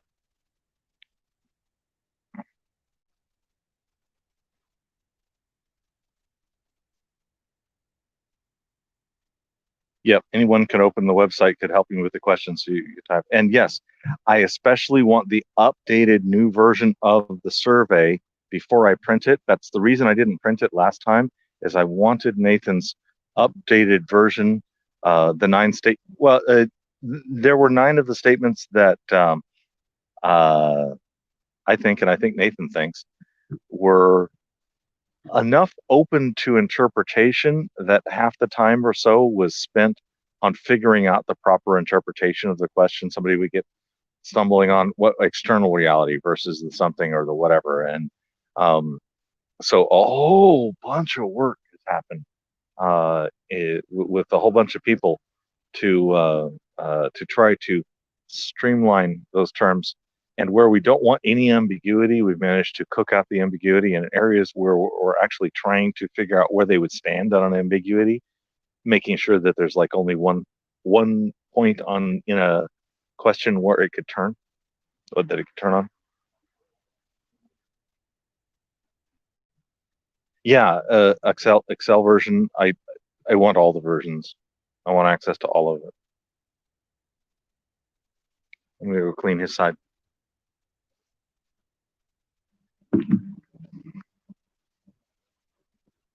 Did that. Pardon? You already did it. Yep. Right after that. Kimberly already did that. Okay, we got someone. Yes, because she was ahead of things.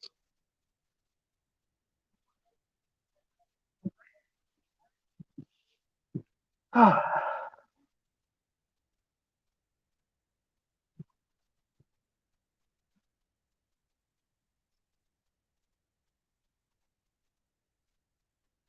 about to go take batteries to the van. Okay.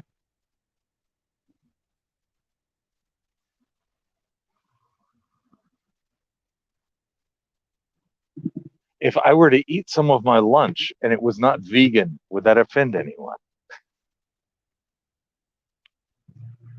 I'm such a provocateur that even if it would, I might not. I might still eat in front of you.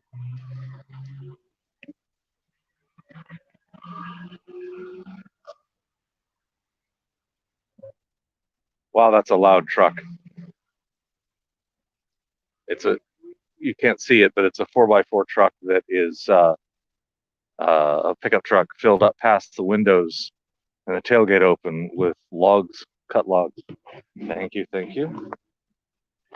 The finest in Ralph's Ready-Made Chicken.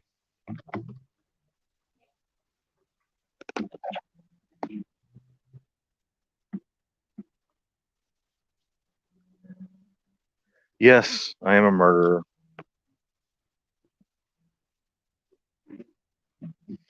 I do in fact accept the complete responsibility for having essentially provided the pay for someone to murder and prepare chicken for me.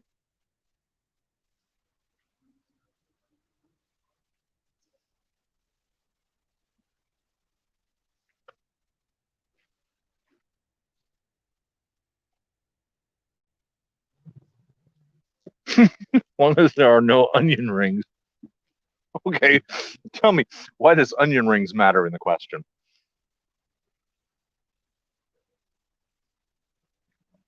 There's probably not a serious answer on that.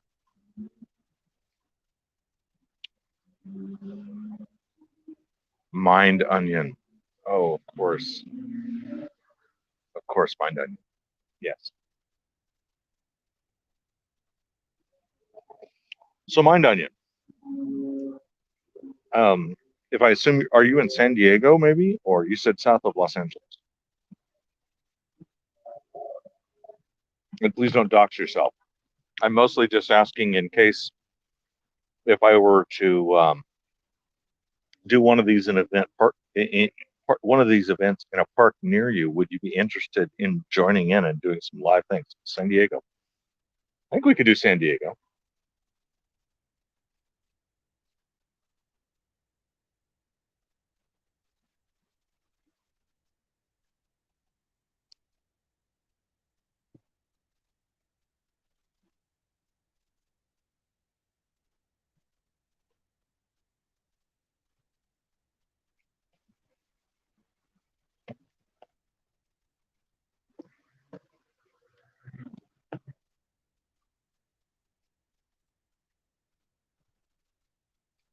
Weekends would work better for you. Okay, that's good to know.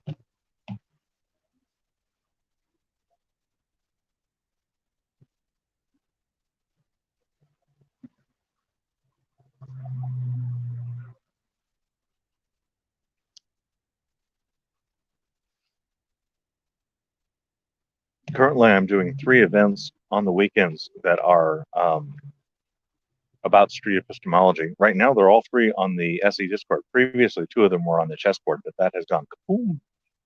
And they might get some attention again in the future. Their new version is called the Chatterbox.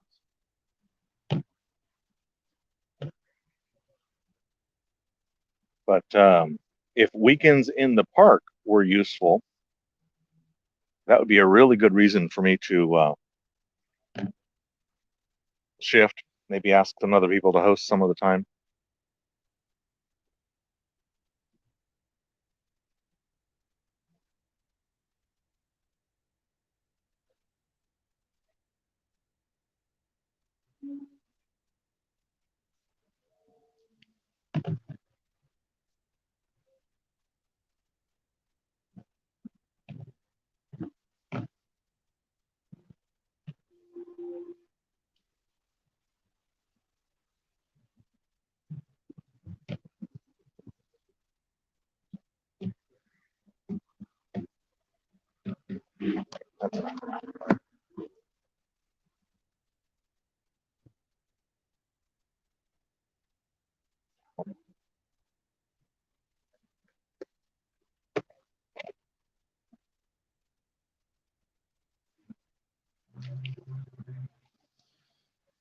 Attended an atheist booth at a park.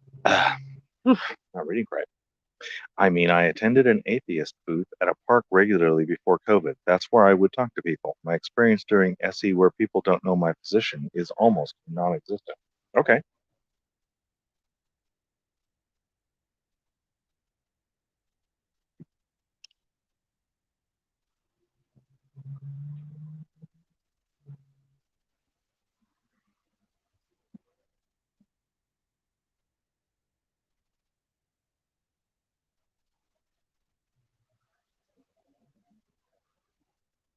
It's quite the lull in walking traffic.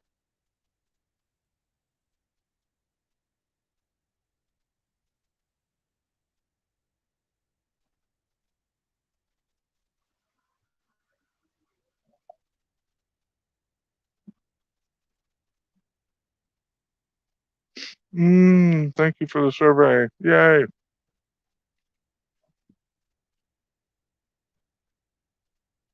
Updated survey. All is well in the world again.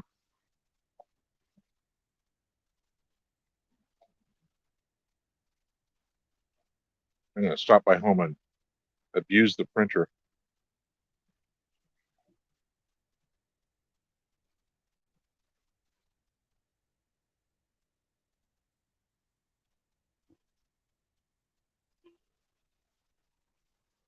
In my life these days, I have very little need for a printer.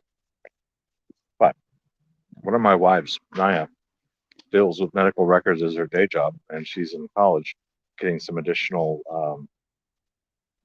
qualifications to do cancer registry. I vaguely understand what she's dealing with, but it's being able to take cancer cases and put all of the proper statistical markers so that all of the oncologists have the best data to work from. Oh yes, I'll read it very carefully about typos. And so she needs a good printer, scanner system, that sort of thing. So we just have one in the family, and it's hers. And every once in a while, we come over and use some of it.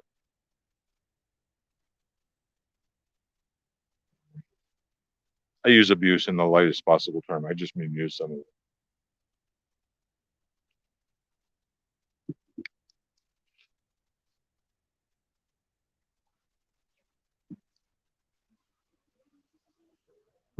Hundreds to FedEx office, yeah, that would also work. We've got a deal with it's a Hewlett Packard, and we actually have a deal where we pay per page we use, and they just send the ink, and the printer tells them when it needs ink and all those kind of consumables. So we don't pay for the consumables one by one, but we pay by the page.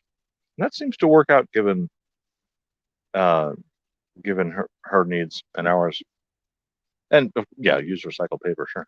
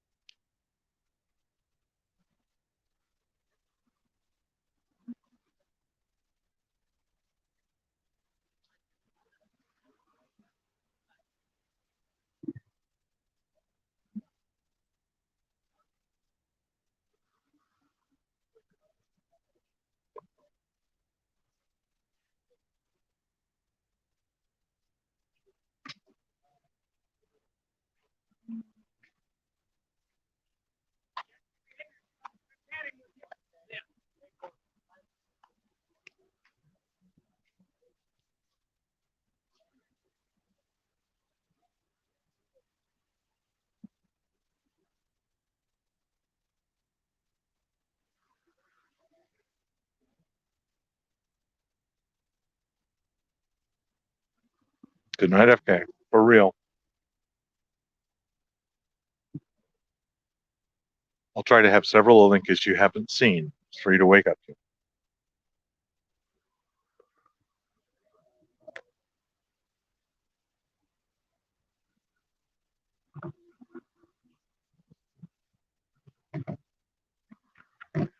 What you got? Oh, nice. Okay. Might as well grab a scale. Want coffee or Ooh, coffee. Oh, coffee.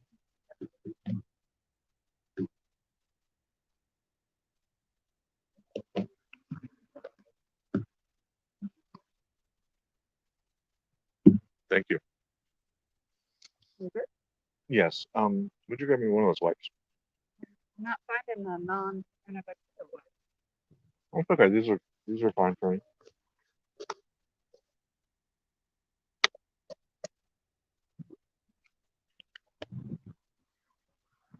Hear that snap? Oh, okay. Works about the same as it used Yep. But we might lose it. to. I At got which point the whole thing will two dry van out. carrying it. Oh, nice. Stepped inside the van. Okay. And then it cut, and you had to come back to here to reset it. Yep, I tickled that. Now it's off. Okay. I might have been able to tickle the headphone. I don't know. Okay. I'm guessing that the van is about 75 meters parked over there. And she was able to, we just got a little Bluetooth. Would you hold that up in front of the camera where they can see it if it reaches? No, it doesn't reach. And I just got my power. Okay. I'll hold up a different. Okay, yes. Because I love redundancy so much, I was very happy to find that a minor error led us to getting 2 of them. It's a feature, not a bug. No, it was an error, but it was a happy error and one I would have really appreciated, given that we're talking like a $30 item. It's not a big deal. It's a big poker chip that is a Bluetooth transmitter. It's also a Bluetooth receiver in that mode. It's a transmitter or a receiver at once. And it's supposed to be nice low latency, but if you were listening to the pre-show, the latency is enough to make it difficult to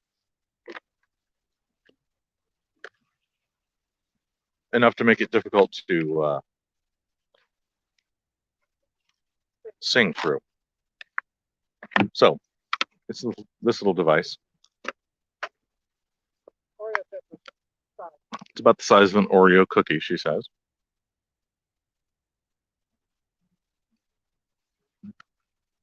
Cables.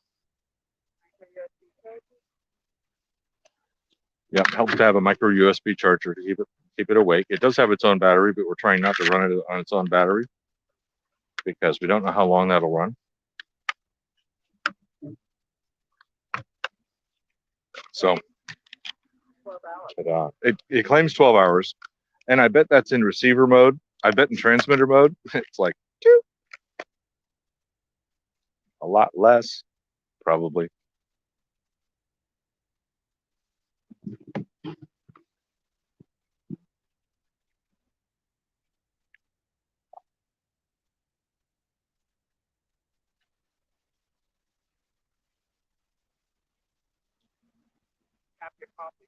Oh, coffee, yes, of course.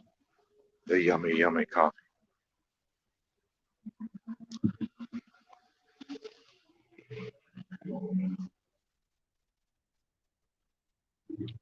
Proper beans, in this case, hand ground because our bird grinder failed. So now we're going crank, crank, crank, crank, crank on the beans. And done up in a French press and half and half added because I love dairy. I love cream.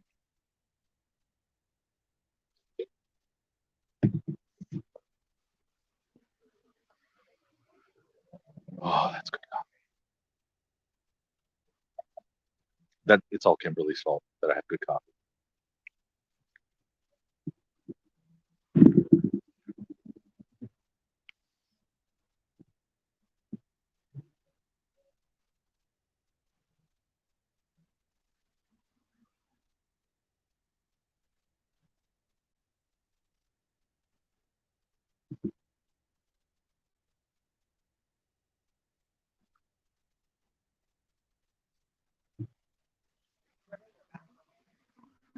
Oh. Yes, she says, you're turning your back on the camera. Yeah, well, that's true.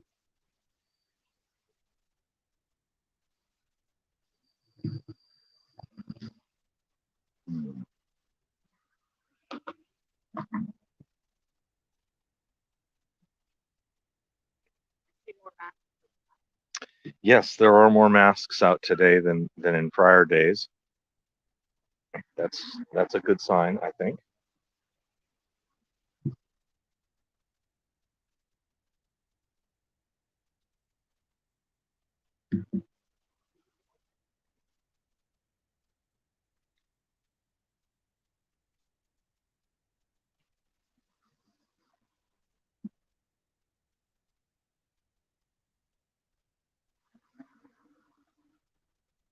Water. No, it's free water. Free the water. Water to the people.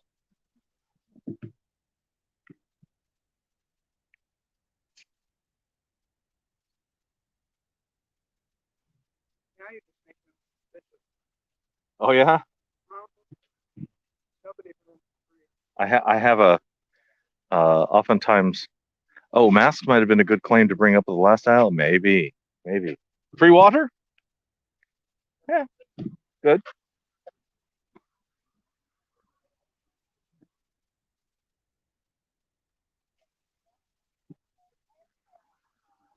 They brought their own water. Smart people bring their own water. Can't always expect there to be a street epistemologist anywhere you go. Yes, that's true. There is a drinking fountain about 15 meters that way. Though I think right now public drinking fountains are a little bit. Ew.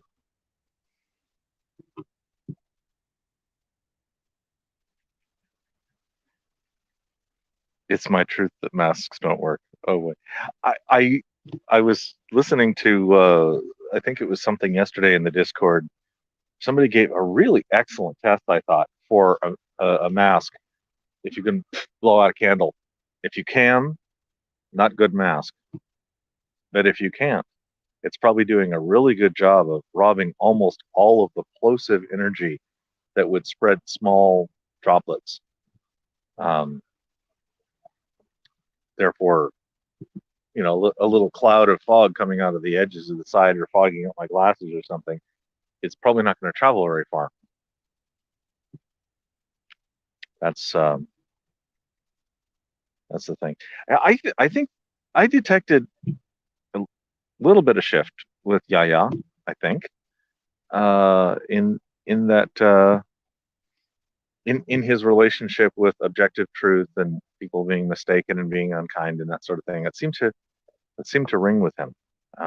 So I'm very happy to see that. And of course, if we get to interview him again, we might get some insight into whether or not today's shift mattered. Yeah, he was certainly thinking. So we get bonus points for Aporia, no doubt.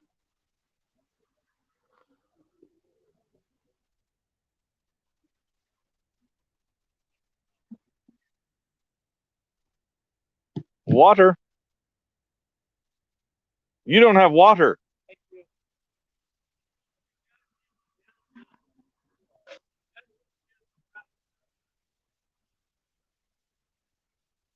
For last time?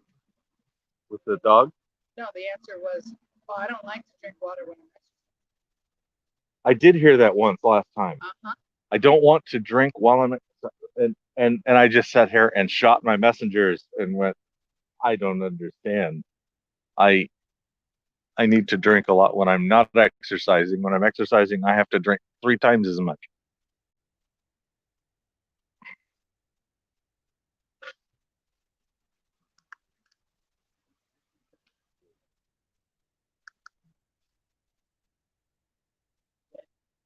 Oh. Dead copper tone bottle. No more sunscreen for that one. Oh, this is fun.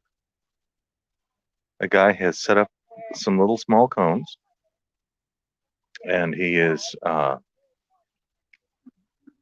very tricky doing like soccer. He's got a soccer ball, but it looks like he's doing hacky sack. Looks like he's got some real artful soccerness to him. And he stirs little cones around himself. And his dog's sitting at the edge of the cone, just watching, going, yeah, oh yeah, get to rubbish. He goes and loves on the dog and then go back and kick on the ball some.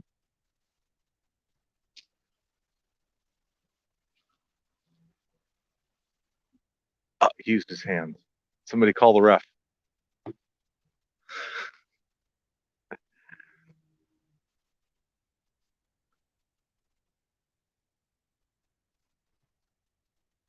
Dog's just sitting there going, I'm part of the team. No, I'm on the team.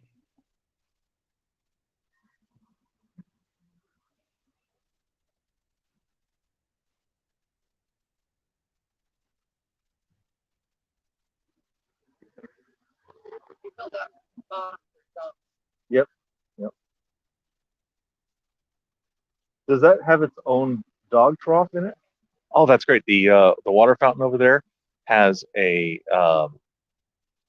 bowl down near the ground for the dogs, or of course, maybe for for people who really like their water near the ground, we don't judge.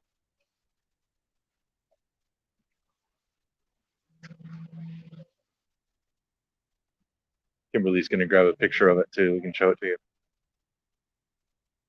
Because moving these cameras right now is a pain in my tape. Because right now the cameras are taped in place. I do intend to get some of those tablet holder, cell phone holder kind of goosey mount that can point around, and that'll be easier. That'll be a lot easier. For right now, though, we're one thing at a time. Just one thing a week. We'll try to improve something. Red card, yes. Soccer juggling, yes, or football juggling, yeah. I very much, I really appreciate football in the European sense, because American is like double conic ball. It's not really even a ball. It's a thing that can spiral and can be thrown and carried and all these other things. But as far as a ball goes, it's a lousy ball. You try to roll it, it just goes. It's not a ball. It's something not a ball.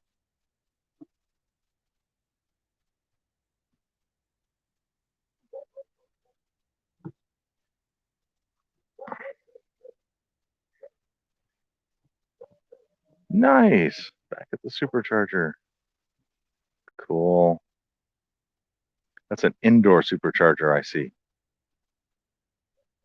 I guess there's a lot of those. Fastest recliner alive. Yes, I love Flash's nicknames. They are so rotten, so consistently funny. Sometimes poignant.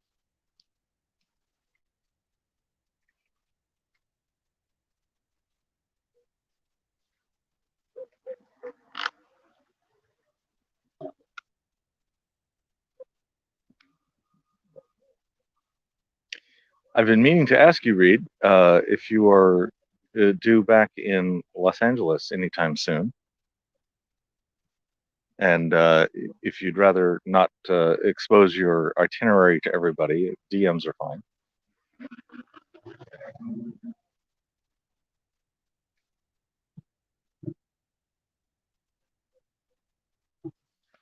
Call me an IKEA chair. Well, you had like Morse code with the IKEA chair. What did the Morse code mean, Flash? Flash, yeah, it's good.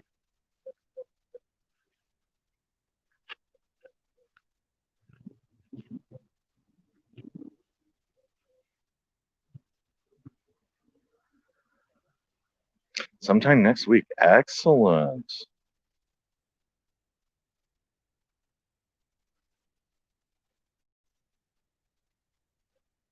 Ooh, a Tesla. Yes. Yes.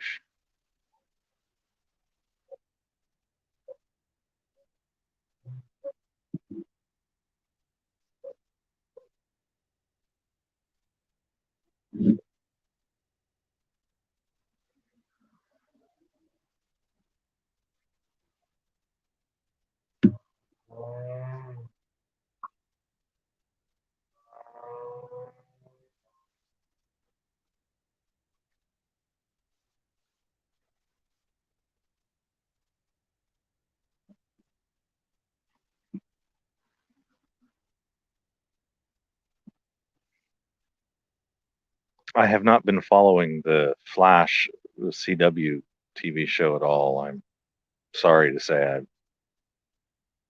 I've just not hooked into comic book heroes in the last decade or two.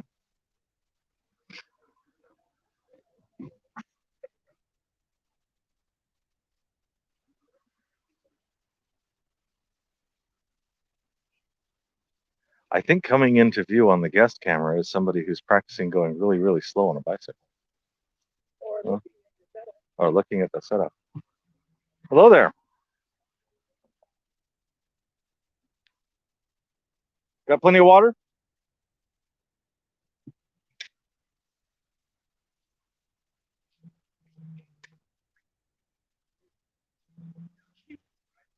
Water. Headphones.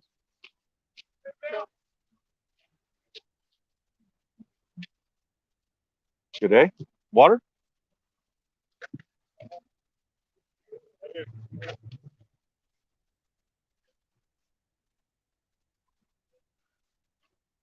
From there, is it obvious that there's waters in the bowl, in the bucket? Is that? For what? I want to make sure it's obvious.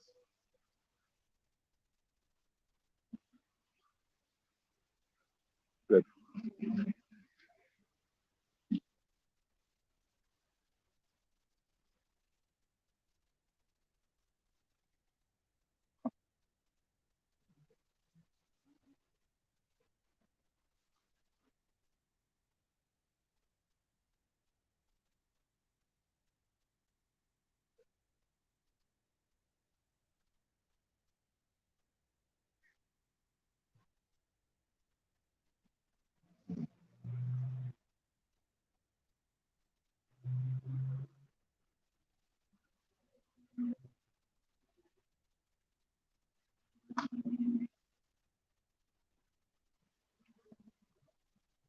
Good evening.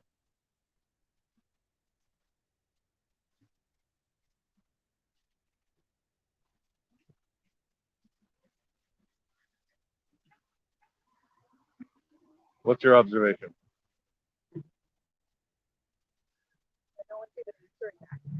Yep.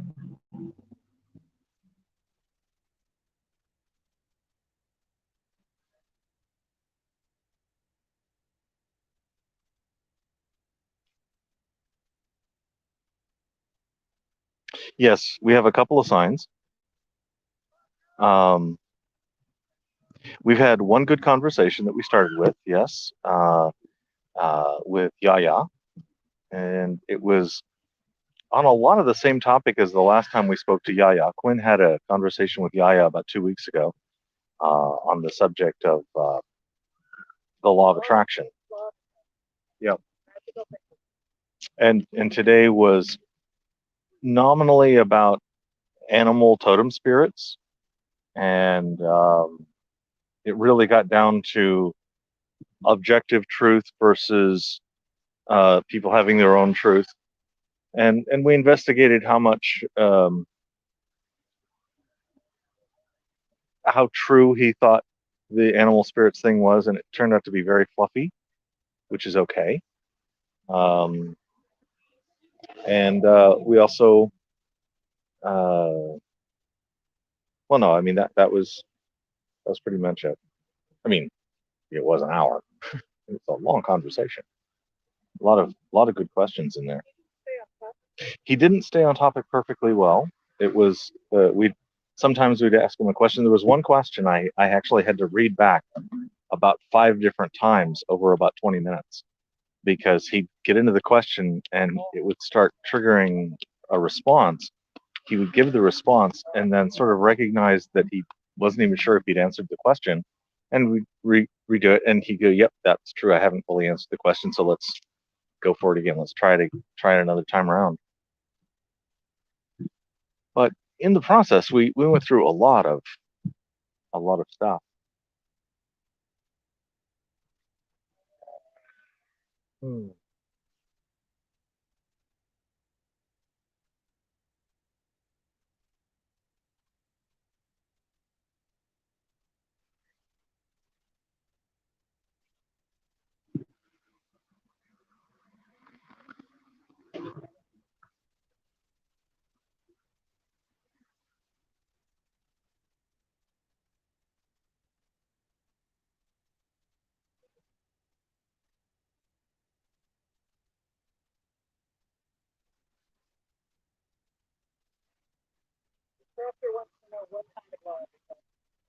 What kind of law of attraction?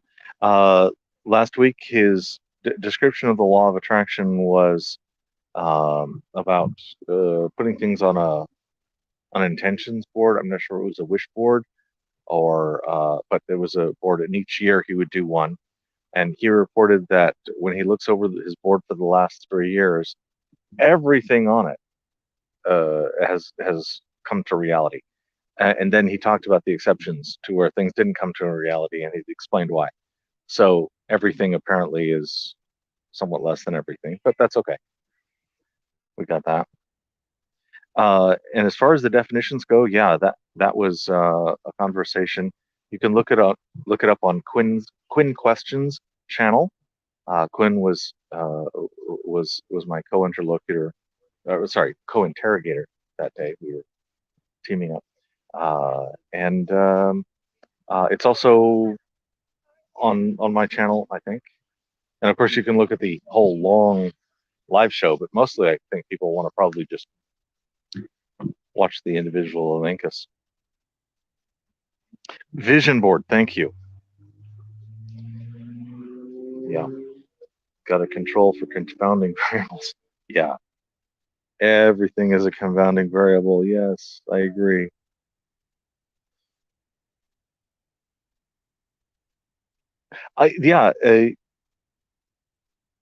You say, I think it is an interesting idea. I wonder if people realize it's likely just a result of their own willful actions thanks to the reminders they give themselves. I remember going to an anti-procrastination class that, of course, I finally got around to attending. Okay, that's a joke. But in this class, the teacher suggested a board that's very much like a law of attraction kind of board to say, but it wasn't anything mystical. It was like you can only really make headway on one project at a time.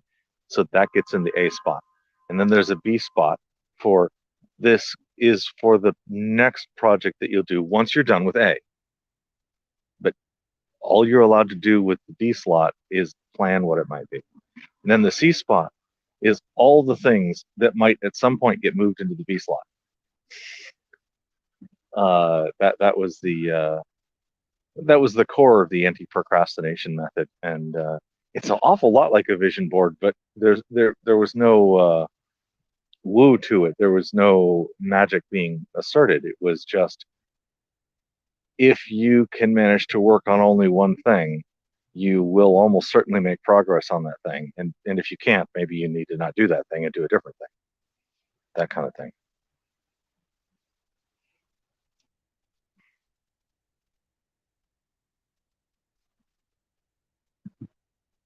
Stay hydrated. Plenty of water.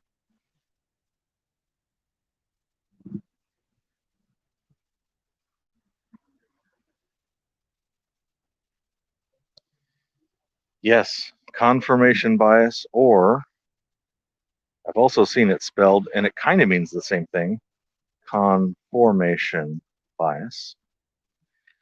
And I think they're almost interchangeable in practice. I think what it means is that you would conform the data that you receive to your prior understanding. And the other way to say it is that you are receptive to the data that confirms your bias. Either one of them, I think, are a fine description of the term. That joke reminded me of a situation I heard about this grad student who was doing a study on how mental illness can cause memory loss. She was often running into a situation where her subjects would forget to show up. Something along the ha ha ha ha.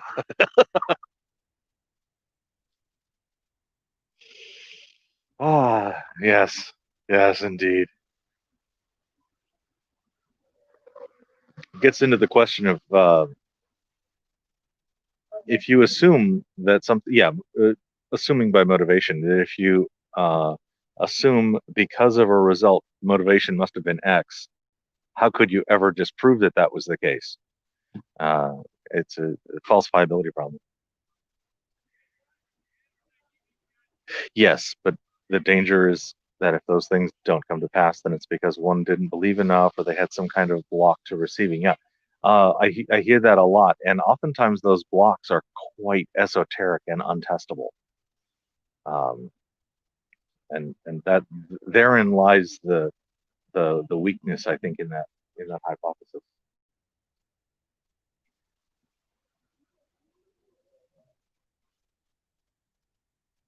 And of course, you can tell it was a block problem because you didn't get the thing. So that must be because it can only be blocking of that thing or the universe working toward you, something. There's a photographer coming out here.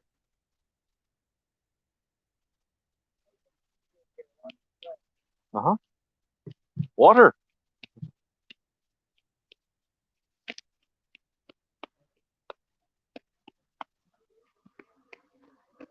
Ooh, I think he has a whole water pack on. It's one of those, I think that's a camelback.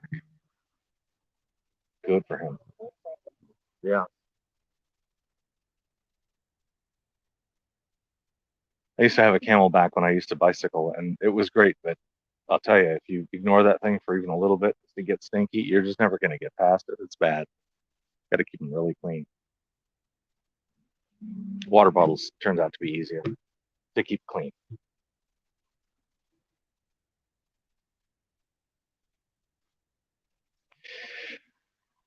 My anti-procrastination strategy was to complete tasks as a way to procrastinate on something more important. The only problem was the most important things never got done. Yes, I have seen that a lot.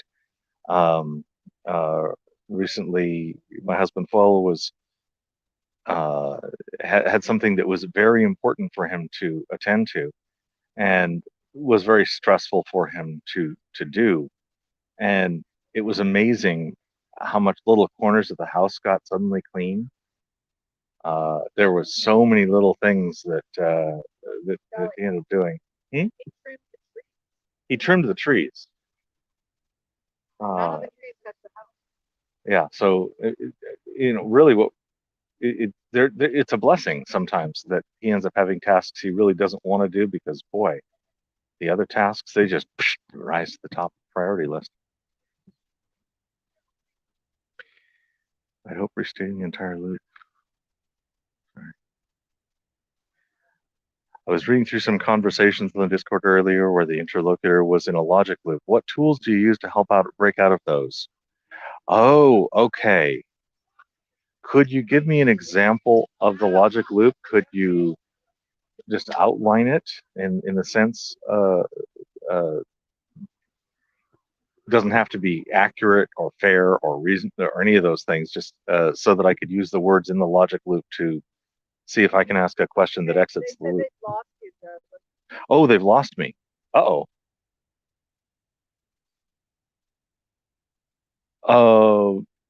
Okay, Kimberly, could you What? Oh no. Okay. It stopped. Ba-boom, ba-boom. Okay, I'm still seeing something. How do we... First of all, do you hear me?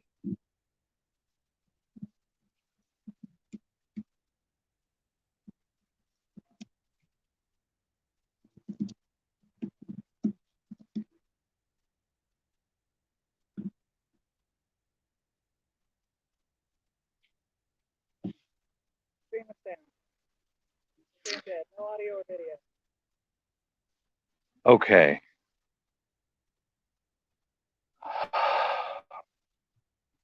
If I switch to a Linkus, FK poofed. Uh-oh. If FK poofed completely,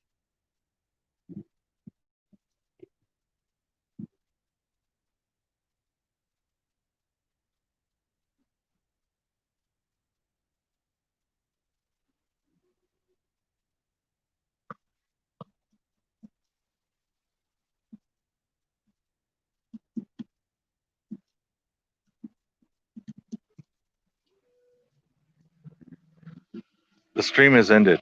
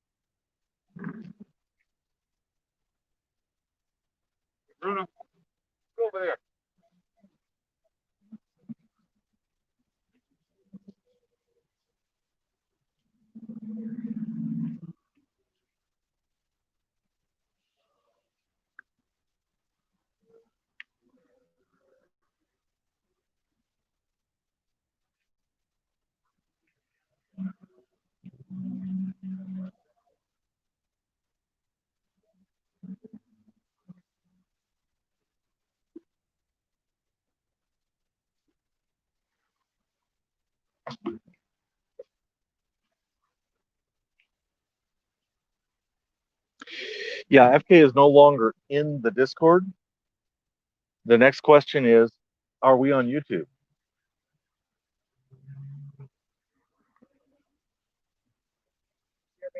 Yes, go ahead.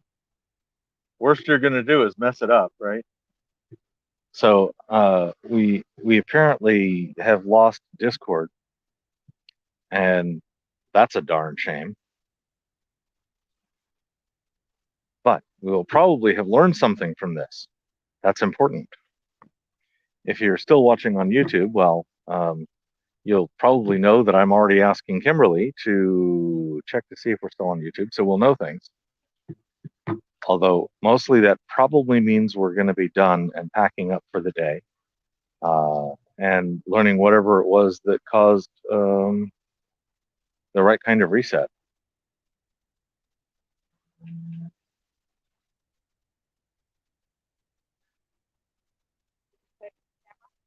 Yeah.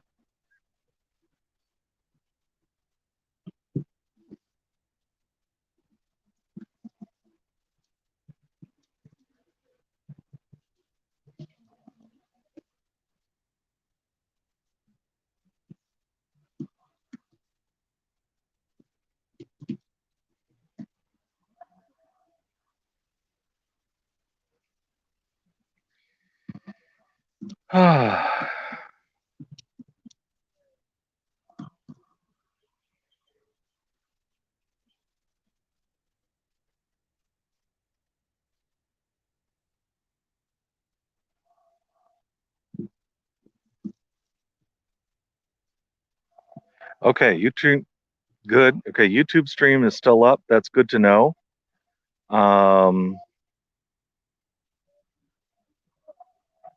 Okay. We have not disabled live chat for YouTube. That's interesting. That's an issue. We need to fix that. You hear the delay and playing on YouTube.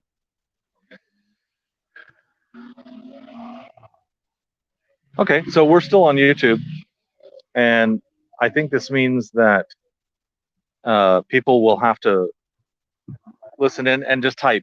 You'll still be able to insert questions. The live show text part should still work for this. Yes, a big delay compared to Discord, I bet.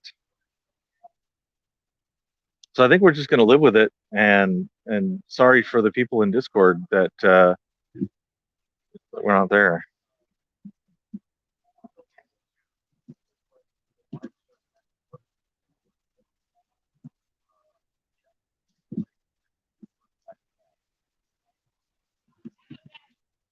Howdy.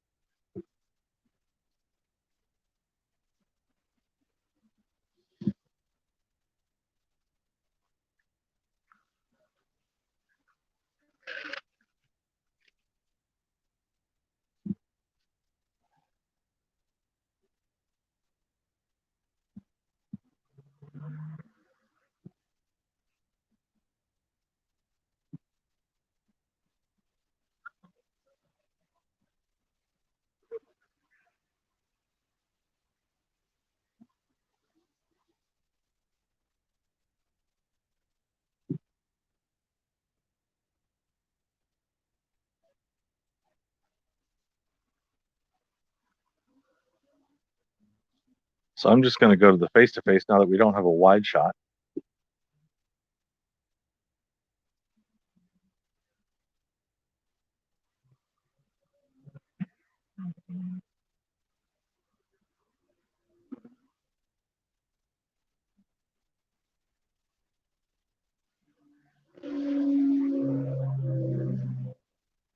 Everybody's walking along. They got their phones, you know.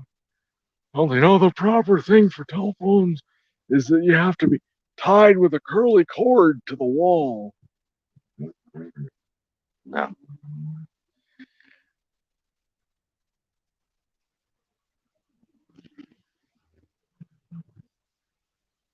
Yeah, totally. Coming out to parents, allow yourself to be very selfish in regards to that.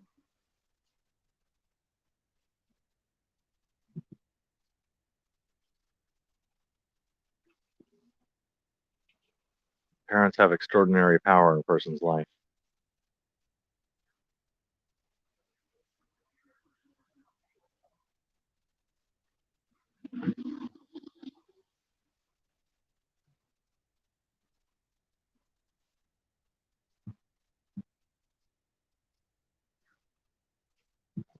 I'm going to mostly turn and face the potential interlocutors who are all walking along on their telephones. So it's really not for me to say, "Hi, you want an interview?"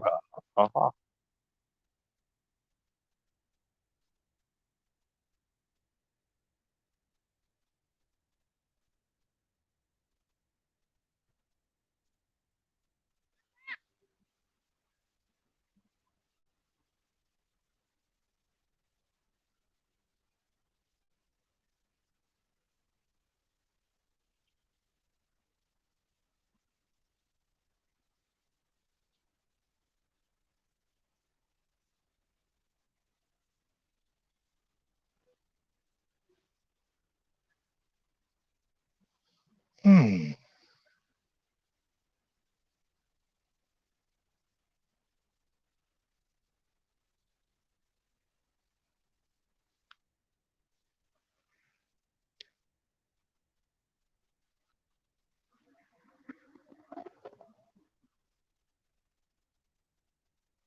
Traffic is picking up.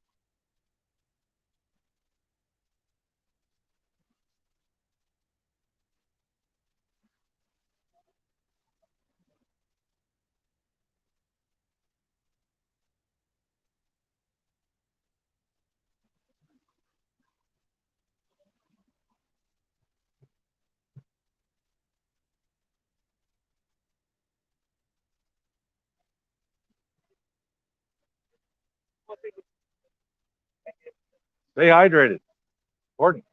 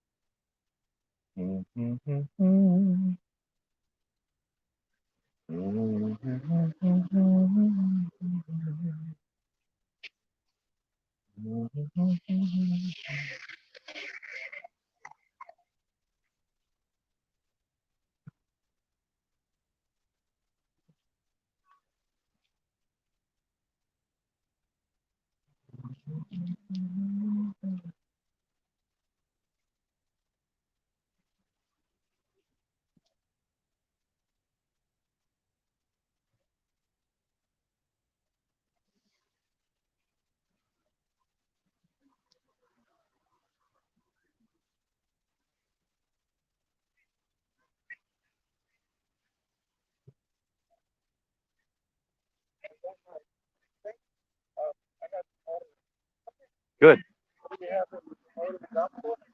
No. Friendly interviewing, speaking to people without confrontation, and critical thinking, maybe. Yeah. Got time for a few minute interview? Got time for a few minutes? Sure. You want water? Okay. Sure. Have a seat. We are live streaming. We're on YouTube. Are you okay with being recorded on YouTube? Okay. Okay. That's a very cool hat. I like your hat. Thank you. I'll do it this way. That way I keep my hat on. Okay. That'll work. So, what's your name? Jimmy Espinoza. Jimmy. Oh, I got to type that better.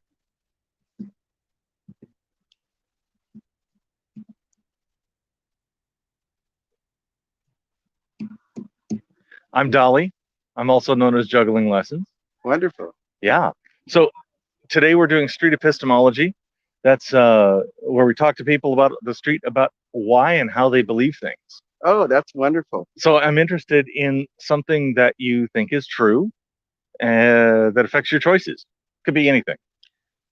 Well, I am a purveyor of truth, so I Cool.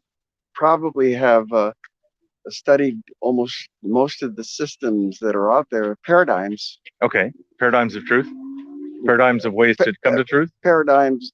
The definition of paradigm is a system of thinking, a way of thinking. Mm-hmm. So there's many different paradigms. Mm-hmm. I'm a musician, so I've been a seeker of truth. Mm-hmm. So I made it my quest to dip into every paradigm and see what truth is in each paradigm. Okay. And then formulate my position or my worldview based on my, explorations. Okay. Very good. I don't know if I answered your question. No, not yet. But I like your beard. Thank you. I like my beard very much too. That's cool. In the wind, oftentimes it's out, but in the wind today, I needed to put it down in the thing. Right. Yes. So, which paradigm of truth seems to work the best, or are there a few that are the best? Well, I'm still gathering information, but just to cut to the chase, I'm a disciple of Jesus. I've done most of the paradigms. I did Scientology. I did Paramahansa Yogananda Self-Realization Fellowship. Okay. There's a bookstore here in Pasadena called the Alexandria 2 Bookstore, and it's a bookstore. I think I've been there years ago.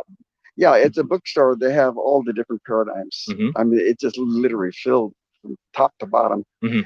And I've been going there for about 20, 30 years, so I've literally, read most of the stuff, first and second editions.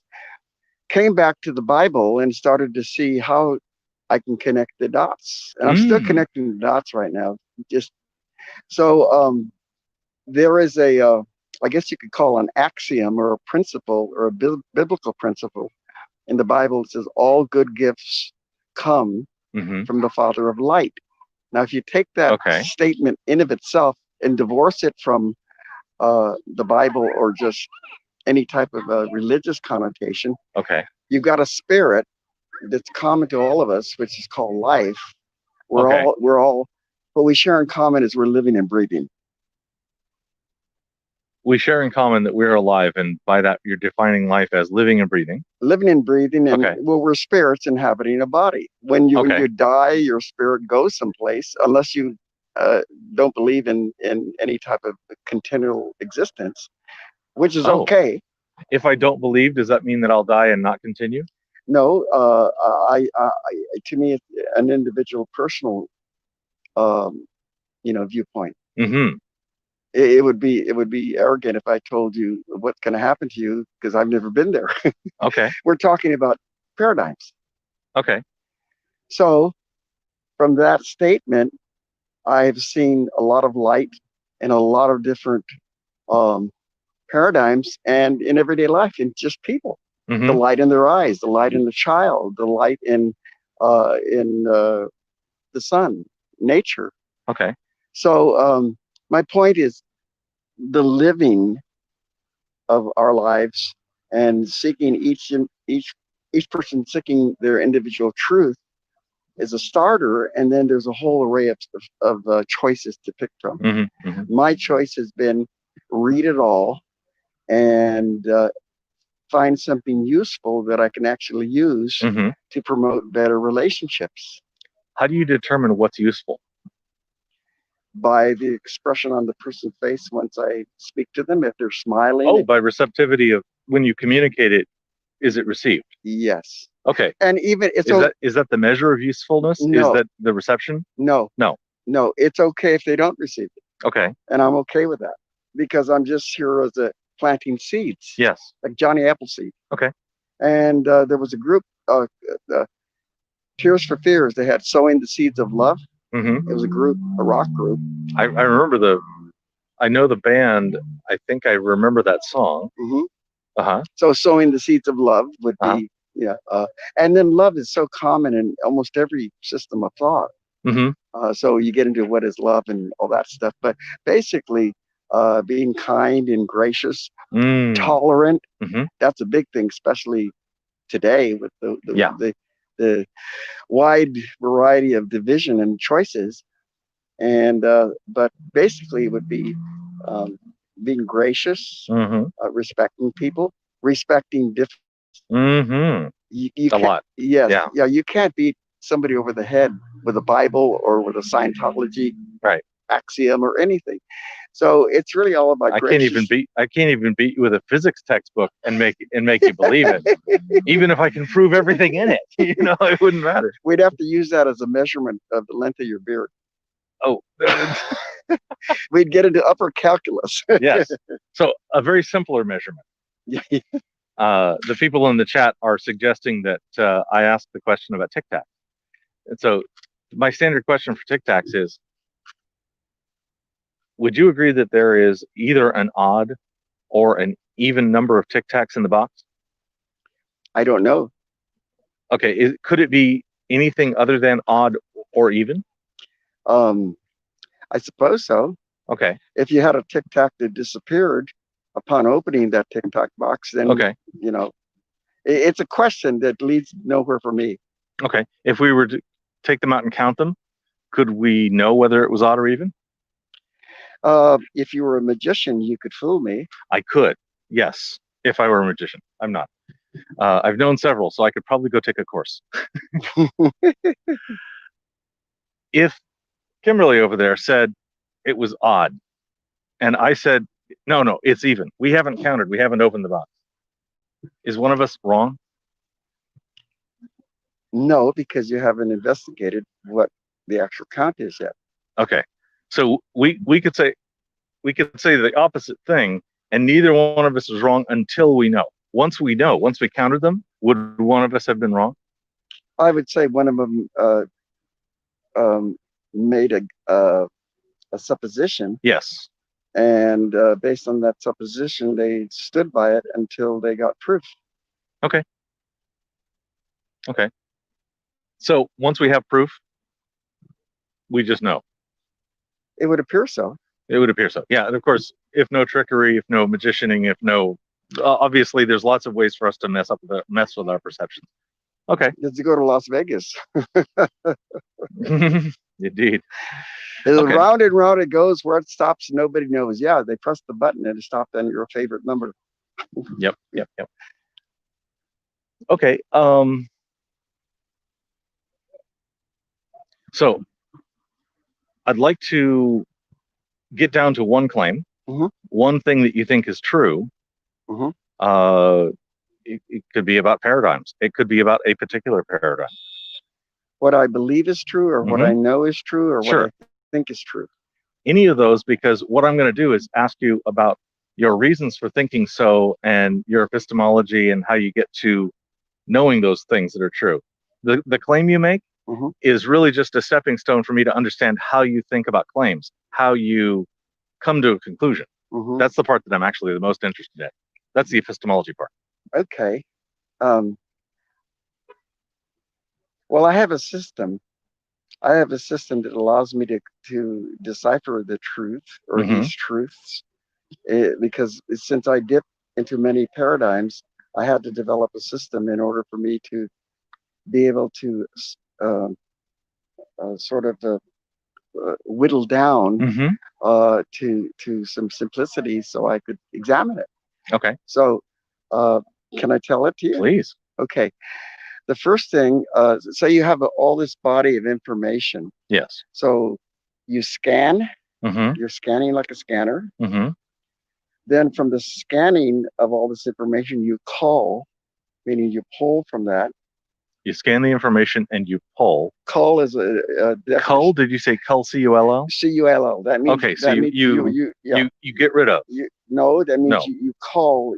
You select from that group of information certain things that are leading you to the next step. Okay. Then once you have that piece of information, you extrapolate.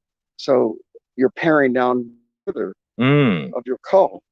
So now instead of, let's say from your scan, you've got 10 pieces of information, and then you extrapolate maybe just 5. So you're whittling it down to get to a point.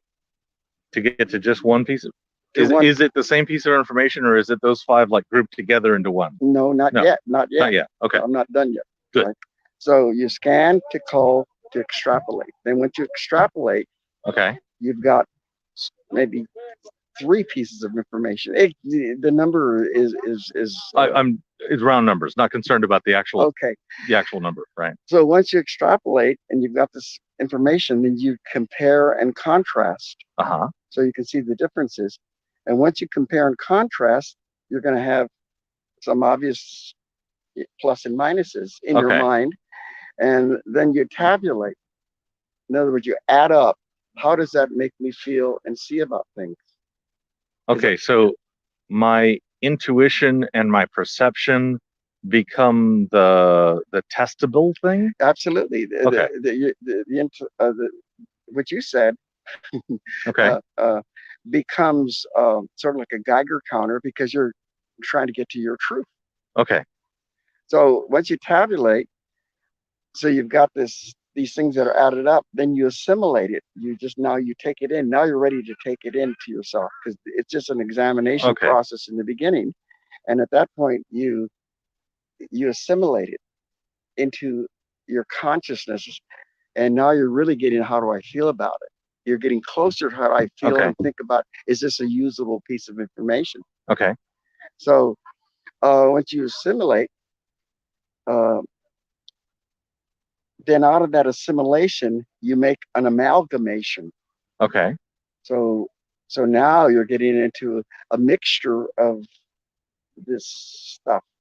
And once you have that, that is the subject of your concentration. So you meditate on that. You meditate on that that amalgamation.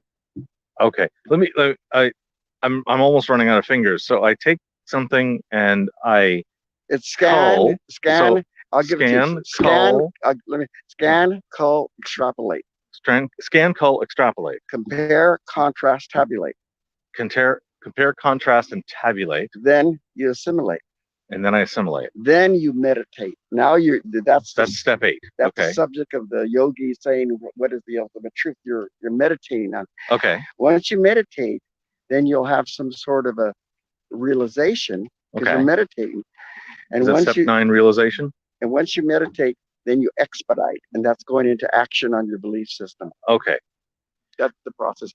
So having said that, so where did I test this? It seems like in every piece of this, I'm using my own judgment, my own intuition at every step. Yes, your judgment, your intuition, and your power of perception. Yes. Judgment, intuition, power of perception.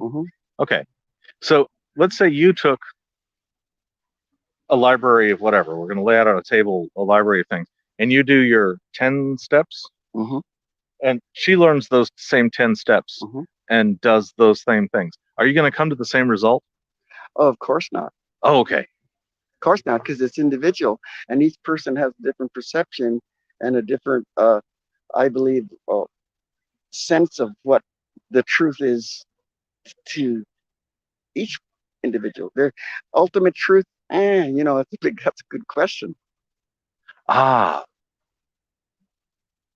So everybody's like using their own Geiger counter to try to decipher this chaotic world we live in. And mine, even though it looks complex, it's to simplify.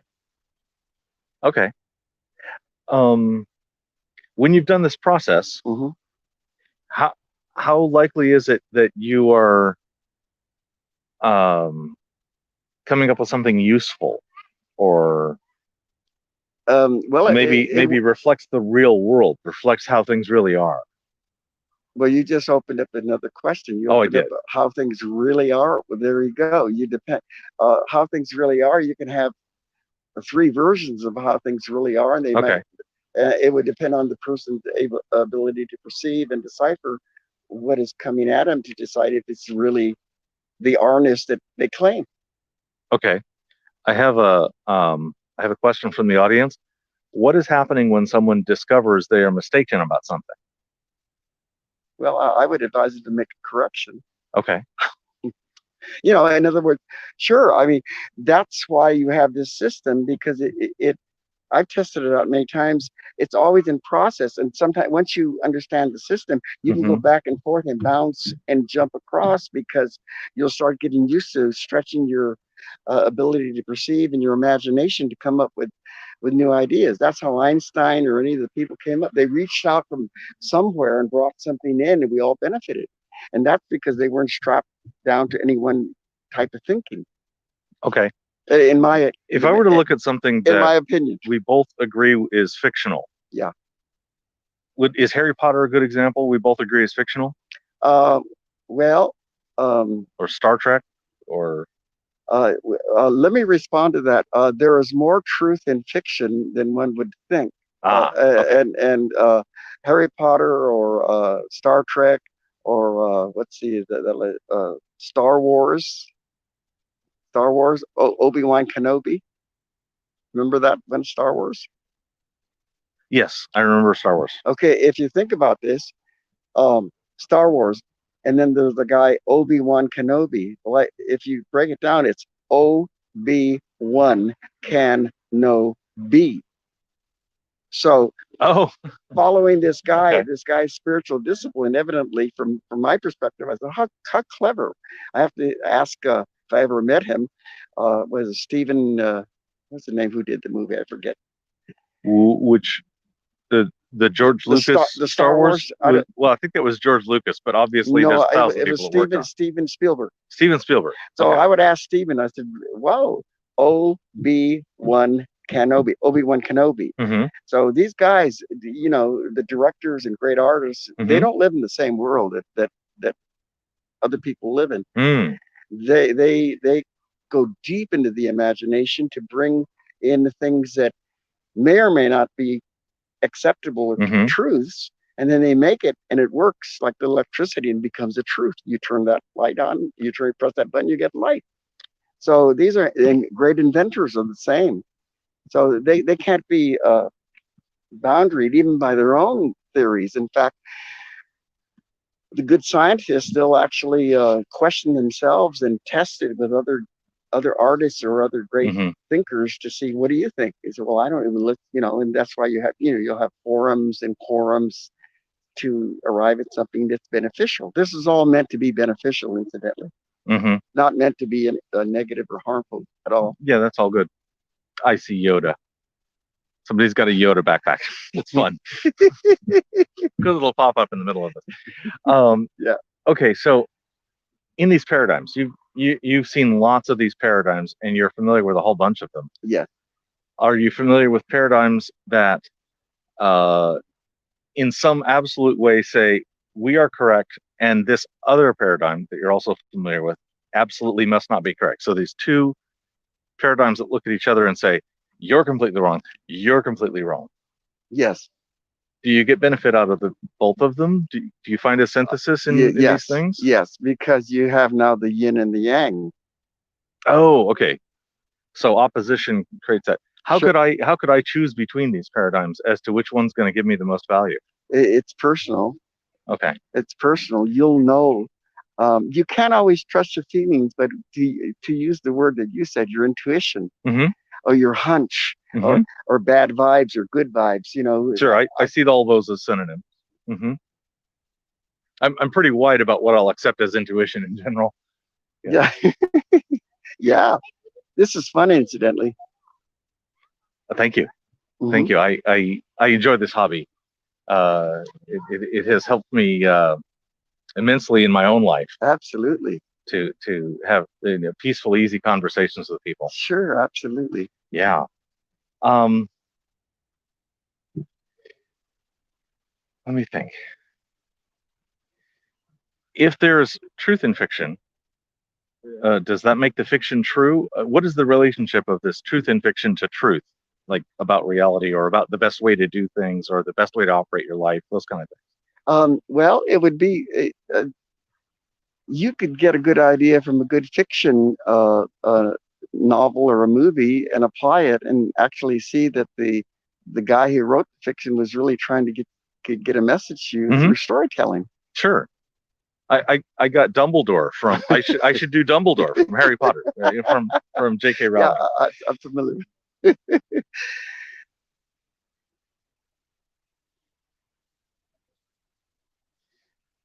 Let's see.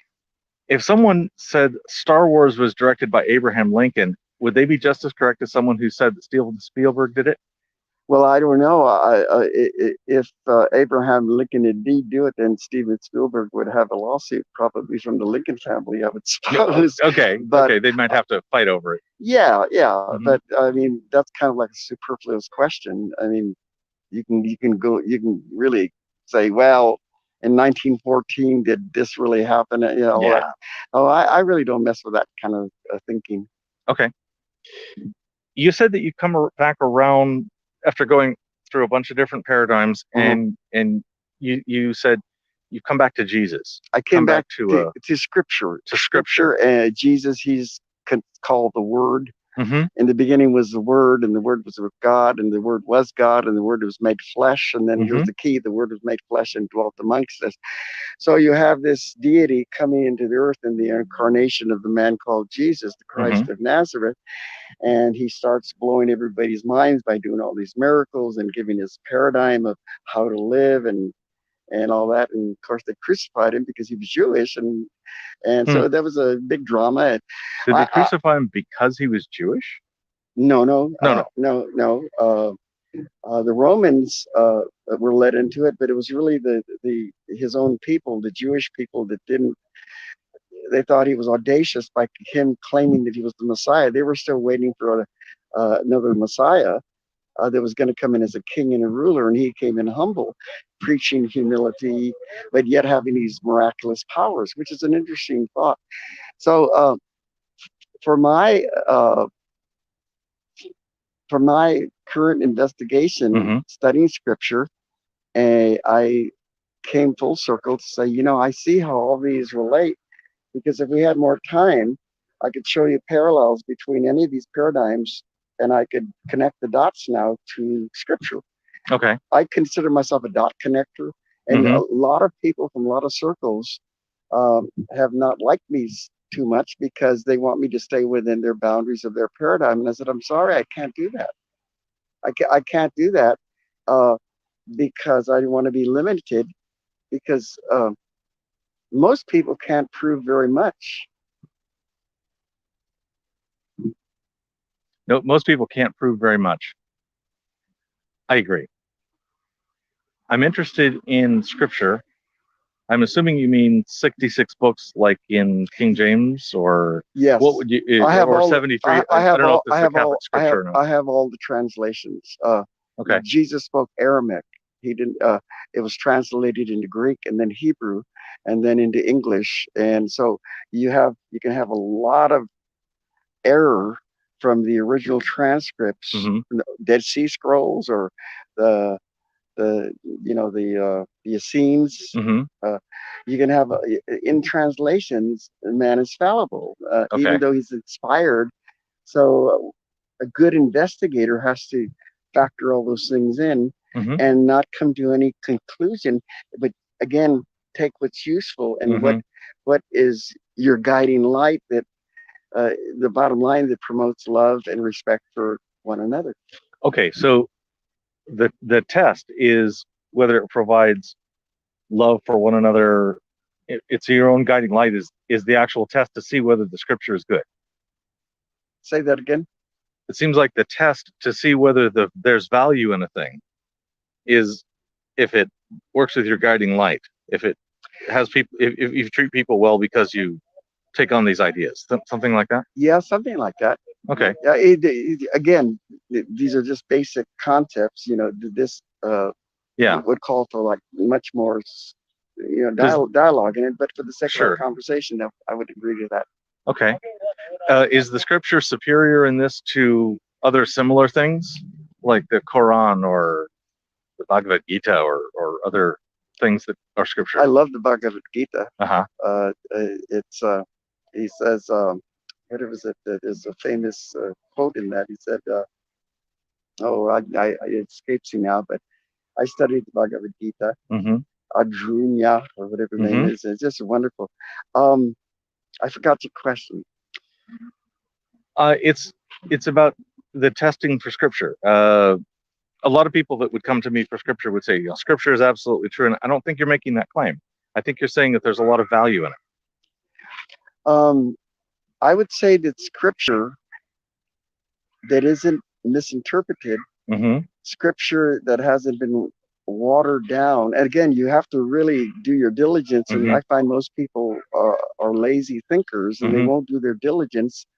And then they'll jump to a conclusion, and then it becomes me against you or you against me, and that's not the whole point of the investigation. Right. So the whole point of the investigation is to create a platform that you can have graciousness and love and wisdom and be a benediction to mankind, as opposed to, well, you're going straight to hell. That's what this says. I said, well, that may be true, but adios. I won't have dialogue with them because they're angry and they're being judgmental, and so, Okay. I'm a musician, by the way, so I like to relate with music. So because if I can condense all this into three or 4 minutes songs, then you can convey a lot in that, just like Steven Spielberg and Obi-Wan Kenobi. Yep. I'm only barely a musician. I probably don't even qualify. I'm only a singer. Oh, I'm a voice teacher. Wow. I teach bel canto. I don't. Bel canto is the Italian operatic in Milano, in Rome, Milano. That's La Scala. It's an Italian word for scale. They teach the operatic. Opera. You've been to an opera, right? Or I have. I'm familiar with opera. So from that type of a training, you can sing anything. Frank Sinatra used bel canto. You study Mariah Carey, Celine Dion. There's been a lot of great musicians that use that. It doesn't mean you have to use that to be a good musician. Look at Joe Cocker. Joe Cocker was just a natural. Bob Dylan. The side-eyed ladies of the lowland. Oh, yeah. How does it feel to be on your own, like a rolling stone? Right? You've got a lot of nerve to say you were my friend. When I was down, you just stood there grinning. Yeah, indeed. I probably sang out of tune, but Bob. Well, so did he. So you're doing it right. Bob really didn't sing out of tune. No. He spoke. He would slur his notes, which could be lots of glissando. He was just sort of like he knew where the pitch was, and he was just going to keep swirling around. But I'll tell you why. Because he's an artist, and he didn't like to do it the same twice, and a lot of people were pissed off at him for that. Right. He said, I want to hear the melody. And all of a sudden, I went to a Bob Dylan concert 20 years after the original stuff, and I loved Bob Dylan, but I was somewhat disappointed because I wanted to hear the hit. Don't change it out of me. But then you got John Coltrane. Right? You got a guy like John Coltrane. Oh, I love Coltrane. Or Ornette Coleman. Those guys, they just go all over. But well. Yeah, I'm a big fan of jazz. Yes, sir. Okay. So somebody was asking me to ask the Aquafina question. There's a friend of mine who likes to ask this question when we're talking about truth. If somebody said, I've just run out of gas, and they grab several bottles of free water and say, this will get me home. I'll put this in my gas tank. Are they wrong? Well, I don't think the car will work unless he has a converter. Right. So unless it's hydrogen and he has his own energy, at which point he could just drive home on that. Yeah. So that person would just be flat wrong if they think they can drive home in a gasoline car with water in their tank. I don't think I would be too wrong by saying he was wrong. Yeah. Ooh. You okay? You're right. Oh, good. He rolled out there. He just did a a maneuver on a skateboard that didn't look like you planned it. If you did plan it, that hurts. Ouch. Yeah, I know. So when is it okay to tell somebody they're wrong or mistaken? I think Kimberly, you're wrong. I like Kimberly's hat. Yes, I love Kimberly's hat. I love the Kimberly too. Great. You guys a couple? Yeah, this is one of my wives. I have 2 wives and a husband. Oh, really? Mm-hmm. It's a lucky life. Are you Mormon? I know. No, I'm not. Oh, I got that. I had a guitar player friend of mine that had 2 wives, and they seem to be happy. Yeah. Not my personal choice, but I'm not here to judge anybody. Yeah, we're very happy about it. It seems to fit us nicely. Yeah. So anyway, if I say to her, when is it okay for me to tell Kimberly, no, you're just wrong about that. You're just mistaken. You should change your mind. It's never wrong to do that if you're in a relationship with her. As long as she gives you, in other words, sparring. There's nothing wrong with sparring as long as it's not violent. It can be healthy because you come to a new consideration, and actually, if you do get a little riled up, it's fun making up. Somebody asked what the claim was. Usually in street epistemology, we actually have a claim that we're investigating down. Right now, we've been talking about how to interpret paradigms, how to gain the useful truth out of paradigms. So I might interpret the claim as you can look at a bunch of paradigms, go through this 10-step plan that you described, and I can look back on the video and write it out. And you will get useful truth out of it. So you can get useful truth out of a whole bunch of paradigms, even some that say the other ones can't possibly be. Does that useful truth tell you things objectively about the world? Are these truths that are just strategies that help you live well in your own life? Both of those. Okay. Both of those. There's a lady named Jane Roberts, and she wrote a book called The Nature of Personal Reality. And one of her main themes is the point of power is always in the present because you're always here. If you're always here, if you live in the past, it doesn't exist anymore, but we're subject to the social filters and all those things that got us to the way we feel. If you live in the future, it hasn't happened yet. So if you stay in the now, free from and understanding your past and having a solid goal for the future, I'd say you're in pretty good shape. And just take step by step. Don't rush. Take your time. The reason I do that, I always used to rush. My mother used to say, "You're running around like a chicken without a head," and that was true because I had all this energy. Kids have all this energy, and they then they get it suppressed by their peers. Oh, he's too talkative. You shouldn't be doing that, or shut up. And I used to get in trouble as a kid because they tell me to keep quiet. I said, "Why?" Because I said so. I said, "That's not good enough." Right. We'll go straight to the principal's office. I said, "I'll tell them the same thing." Yeah, that's not a good reason. I got thrown out of the best schools. The best bars too when I was a cantankerous young man. So someone asked, is the 10-step method that you were talking about something that you generated, or is this something that you learned from a paradigm? No, I made. This is your. I extrapolated that from all my investigations of paradigms. Okay. I said, I need a system, otherwise I'm going to get lost in a sea of information. Yeah. In other words, I needed a compass. So I don't always use it, but it's so ingrained in me, I just naturally just. Okay. But every once in a while, I'll pull out my own notes and restudy what I did in order to make sure that my tools of perception remain sharp and I'm actually on track from what I feel. You know, most people know when they're off track. They can feel it. You know, that hunch or the intuition you mentioned. Or do you think maybe some people don't know when they're off track? Yeah, some people. I can't tell. Some people actually. I always feel like I'm off track even when I am on.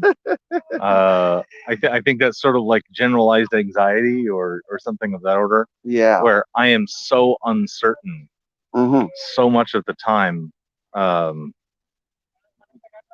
I would not be able to use an intuitive sense to be able to find the right one, because I can think of 1,000 reasons not to for every reason to. And so I get stuck in analysis paralysis, and it just stops.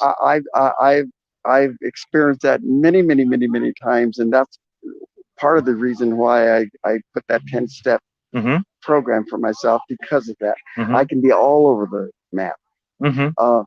In Scientology, they have a terminology saying a term that say the guy's buttered all over the universe. In other words, butter, like B-U-T-T-E-R? Buttered, B-U-T-T-R, like butter, you put butter on a toast. So he's buttered all over the universe. So his perceptions are just so out there. It'd be borderline insanity, because he's a real nowhere man, sitting in a nowhere land. Isn't he a bit like you and me? Doesn't have a point of view, knows not where he's going to. Nowhere man.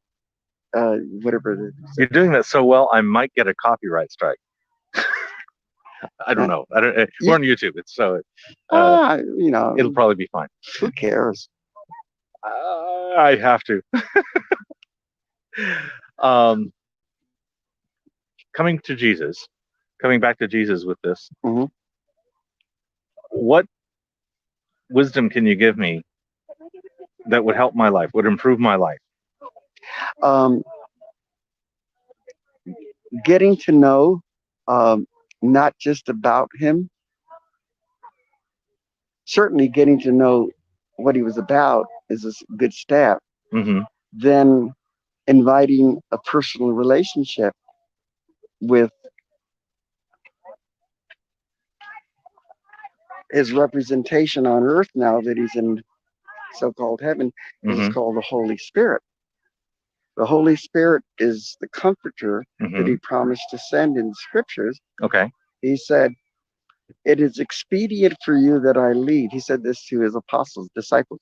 It's expedient for you that I leave, for I will go and pray the comforter, and he will teach you all things that I have. So he had to leave so that the comforter could come. Yes. Okay. Yes. Because the Holy Spirit, he was operating under the Holy Spirit all during his Palestinian ministry. Yes. So there's 10 offices of the Holy Spirit. Oh. The Holy Spirit is, first of all, your comforter. So he gives you comfort. Okay. Then he's your helper. He will help you. Then he's your counselor. You get godly counsel. He's also your teacher. The counselor is not the same as the teacher. Remember, the teacher says, go to the counselor, teacher. Comforter, helper, counselor, teacher. Then he's also your advocate. Advocate. Which is like a lawyer who will stand up for you. They call it, he's a advocate or a standby, meaning he'll stand up for you. Yes. Okay.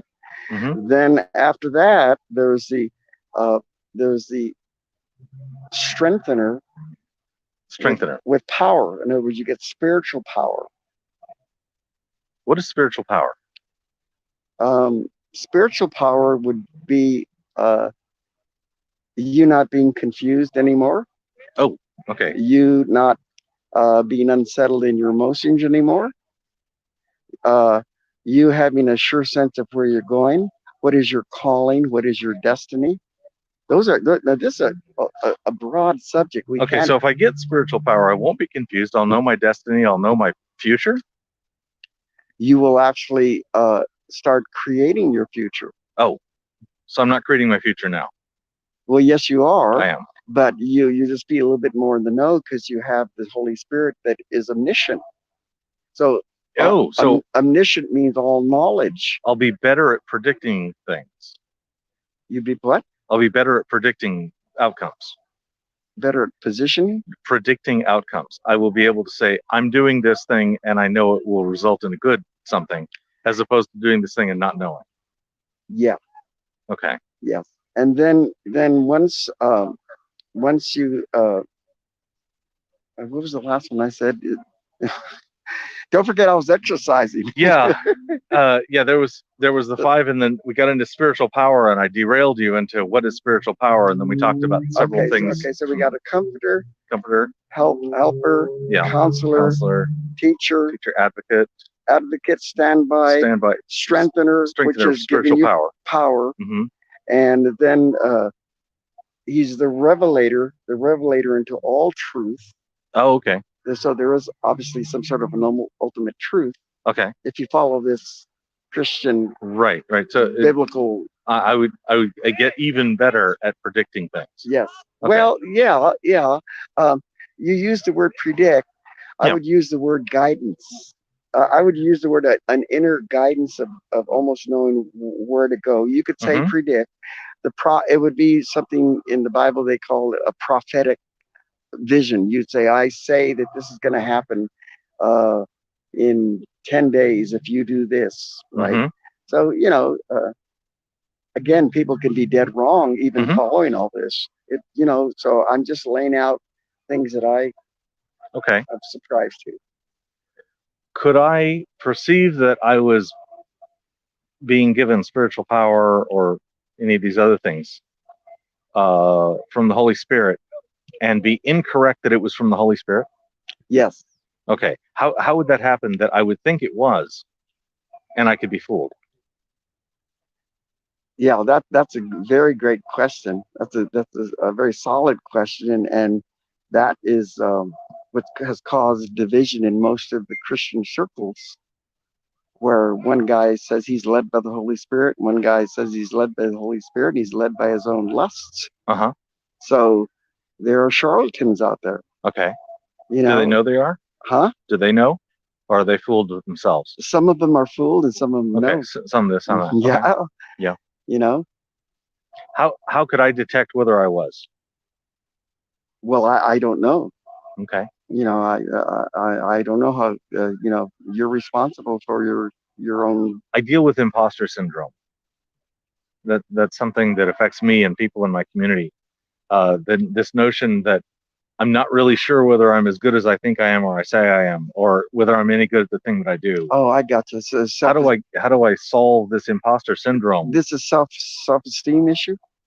I don't know if it's self-esteem. I mean, if I just decide, if my answer to imposter syndrome was, well, no, I just know I am, well, that would be too much self-esteem, maybe. If I legitimately had reason to doubt, wouldn't be a self-esteem problem. It would be a not being able to figure out the answer problem. Okay, well, that's very valid and very legitimate.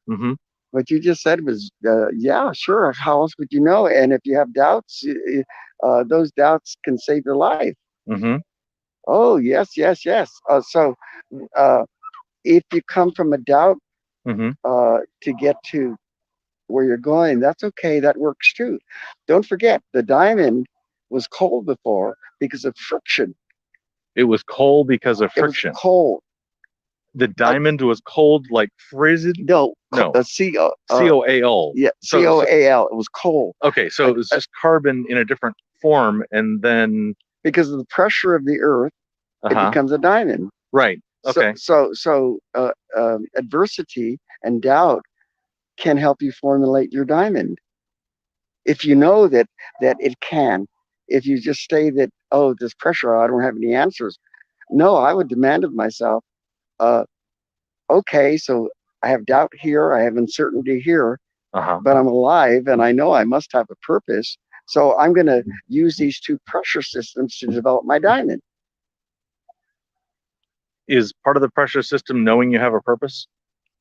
Well, and then there's another thing. There's pressure. It would be both of those opposing each other that would create your pressure that would develop even further clarity of either you're in deeper shit or you're getting closer to an answer.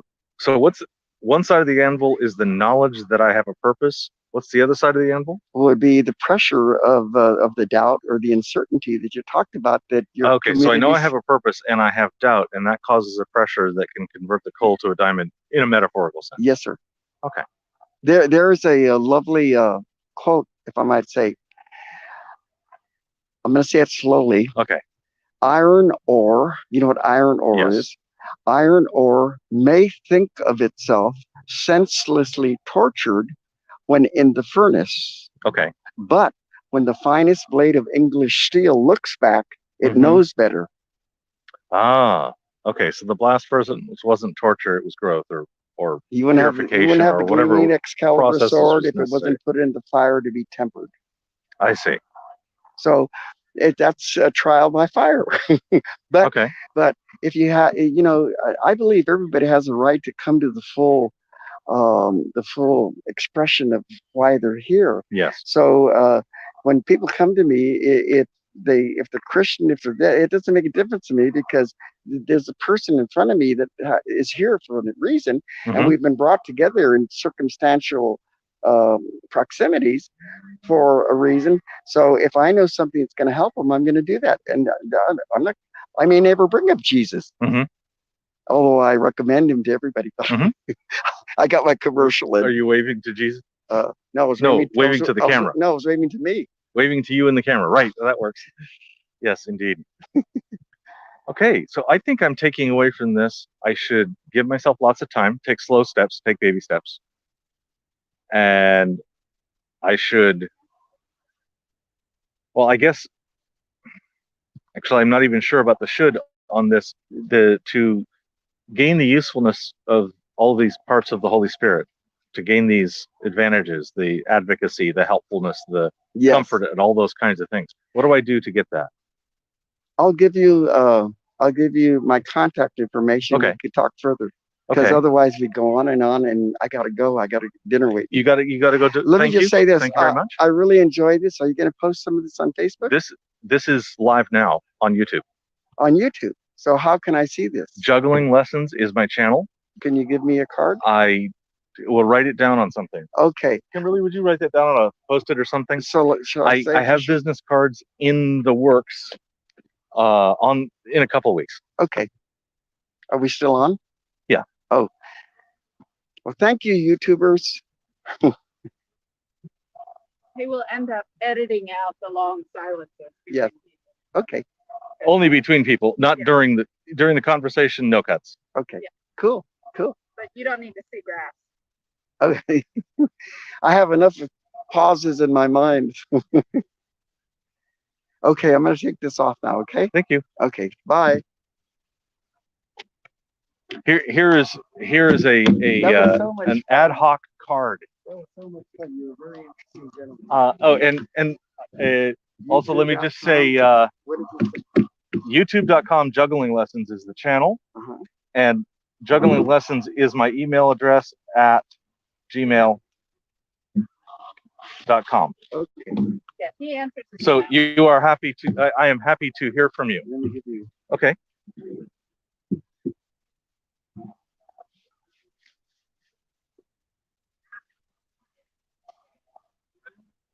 Here's my email address. Thank you. I love this. I love asking.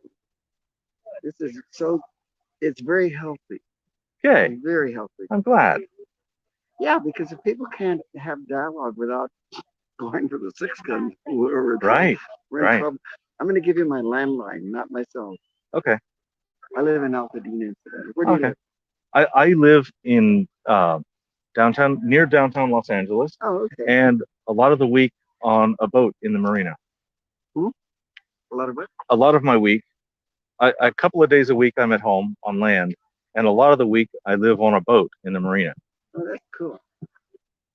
I'm a native Angelino. And I lived here. I live in Boyle Heights.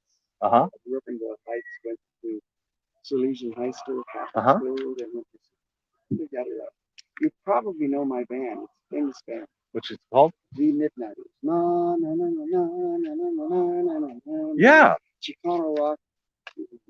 Fantastic. I'm one of the founders. Fantastic. I love that song. So call me and stay. I will. I'm gonna try. COVID touch. Bye bye. Thank you. Yeah. I love it. All right, thank you. Thank you.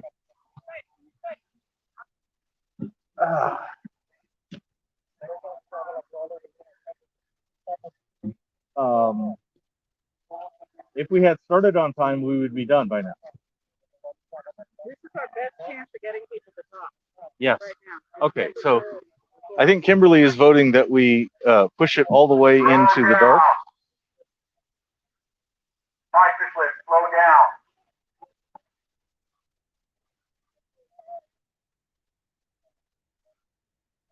down. Huh.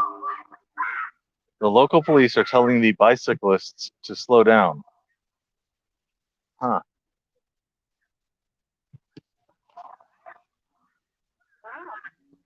Interesting. I wonder why that's important. Little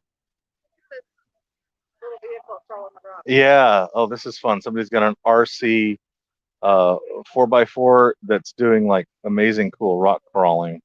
Now, understand, the RC truck is this tall and the rocks are this tall. That's cool. Doing rock crawling. Yeah, what more can you hope for? That's enough. You got very spooked. Sorry.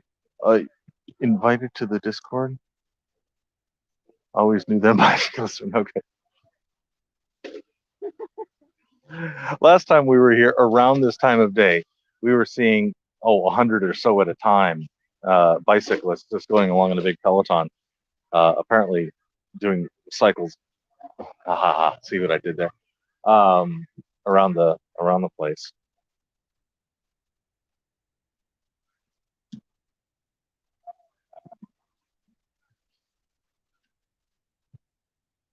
Oh, that's too long.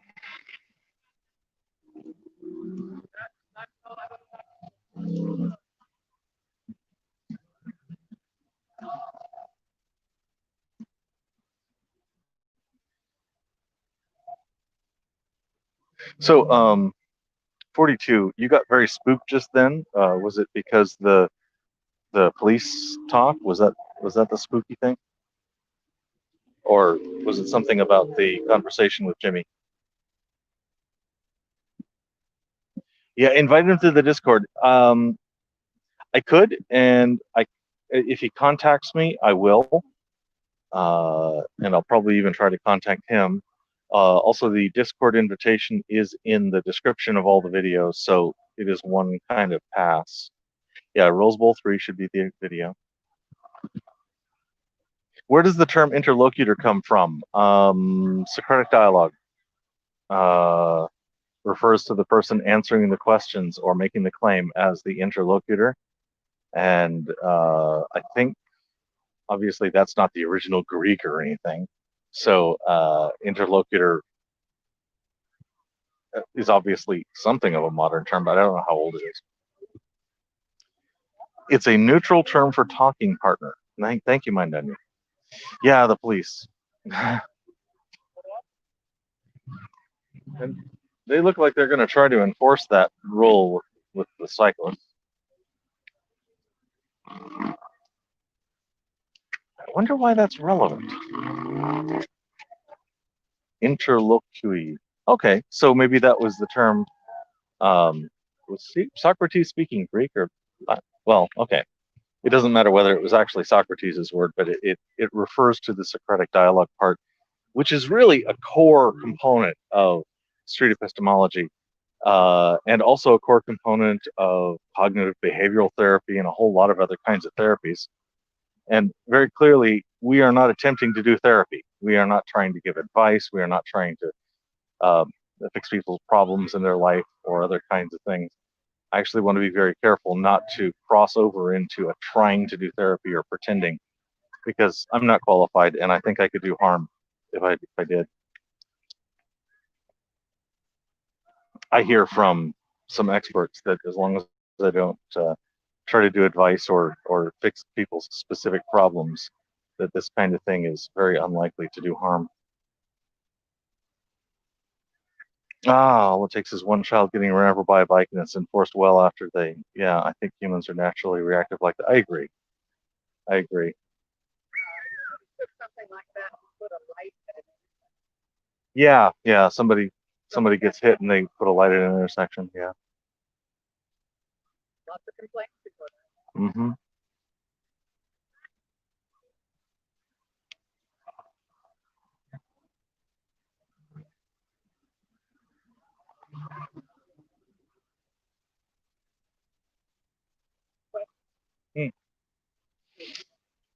question?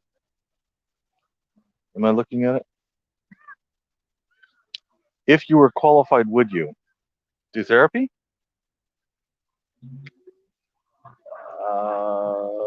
Probably. Yes, probably. To get qualified, I would have to want to do therapy. So by the time I were qualified, I hopefully will have long since decided that I wanted to. And if I could take a 1-month course and become qualified, I would be willing to take a 1-month course to see if it's the thing I wanted to do.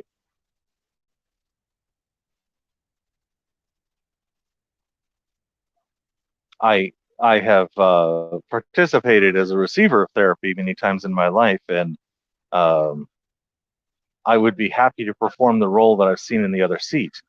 I think I could maybe even do it better on average than the ones I've seen. Not all of them. Maybe I could do as well. I don't know. We'll see.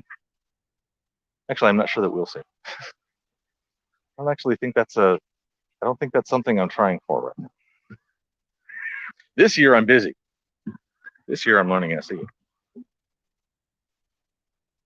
The highest potential for harm would be making people open question their faith or beliefs in potentially hostile status quo. Yes.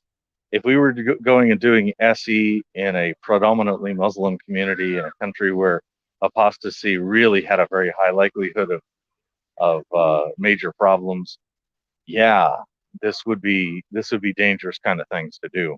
Hopefully here in the U.S., that's the rare case. Though I don't want to minimize the harm that even just the ordinary religious conversion can do. For myself, when my faith broke in 2007 due to a Bible study, and in the 2007 to 8 category, I became atheist. Following in that year, I lost 90% of my social structure, my social life, and so that was a very significant downside. In the long run, I still consider it a very significant upside. Okay, here comes the bicyclists, and they are going faster than the cars. And now they're all slowing down. Every one of them has stopped pedaling. No, there's 2 of them still pedaling. Flashy cop cars slowed them. Yep, flashy cop cars. But this time they didn't yell at them because they all slowed down. Yeah, I don't want to try to do street epistemology in nations where apostasy is a death penalty. That's a real big deal. For them, I'm not saying that losing their faith is necessarily and always a bad thing, but boy, does it come with a big price tag. Yeah, I lost a huge number of friends right then, but I have a huge number of friends now. They're just different.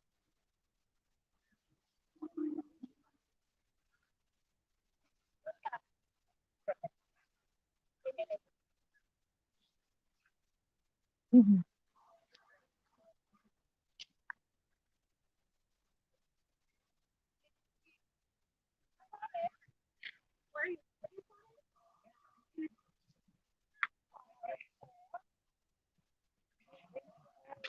The only case in the U.S. that would be dangerous would be somewhere like Utah or somewhere with a heavy JW presence where they disfellowship and shun. Yes.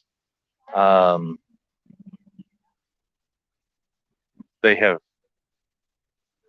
the JWs specifically have a very, very, very weaponized shunning. And of course, while you're in, they want to take over so much of your life that it's sort of like if you work for a company and they are also your landlord and they are also your insurance provider and they are also, and so that if you lose your job, you lose just everything all in one day.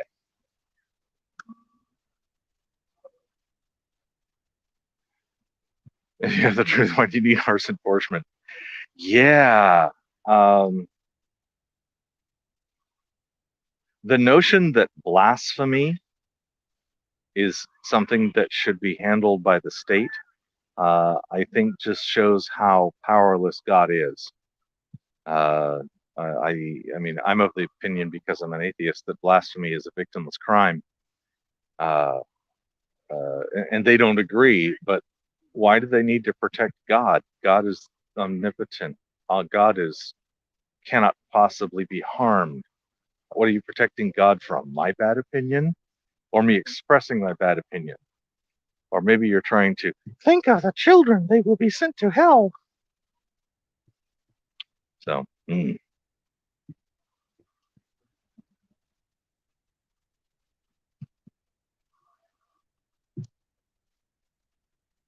This place has sprouted people. The number of people in the last hour has quadrupled.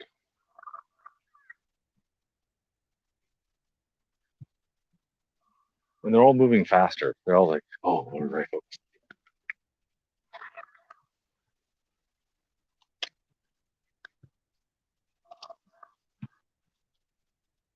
Okay, so there's some water. Please. Thank you. All you want until we don't have any more. But I think we brought enough. Please, enjoy. Thank you. All right.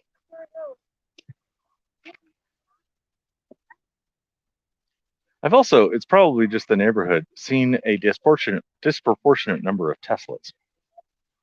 But, you know, I'm really into that, so it's probably confirmation bias on my part.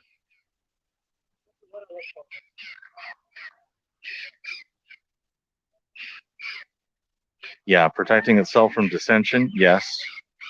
Yes.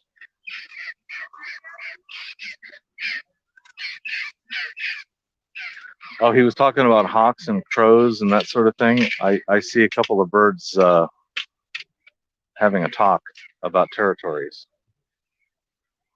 sprinting around after each other. What a thing. Yeah, that's not friendly talk. Down at the marina, we see a lot of very interesting social bird action. And my chickens will translate for me oftentimes. I mean, not directly, but they will respond to what's going on. And I have learned enough bird to understand that some of what's going on out there is blatant swearing. There's a serious bunch of "fuck you, get out of my airspace" going on. I've learned to understand bird swearing.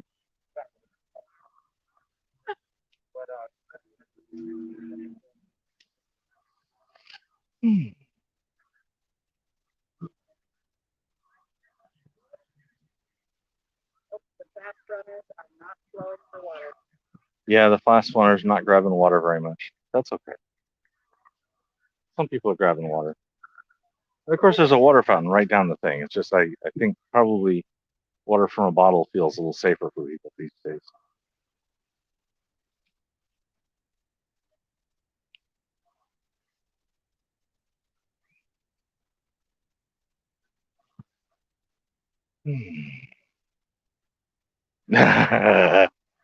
You are not clear to land. I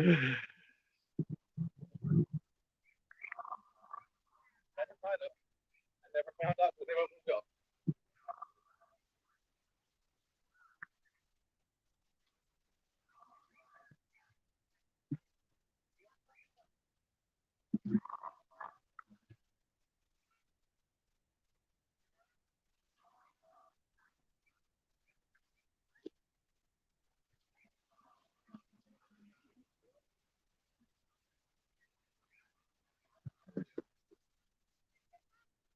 Oh, thank you.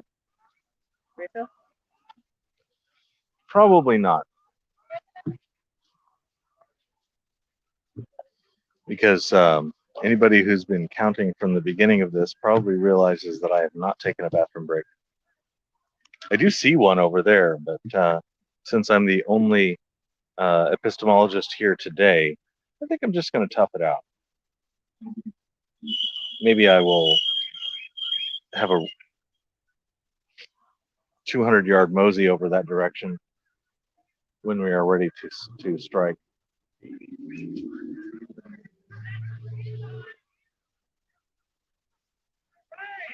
And here come the cyclists. And the police are still there, and no, they're kind of going fast.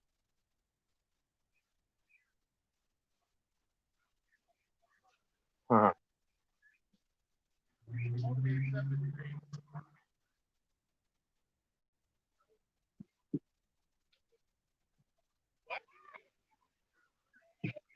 Water.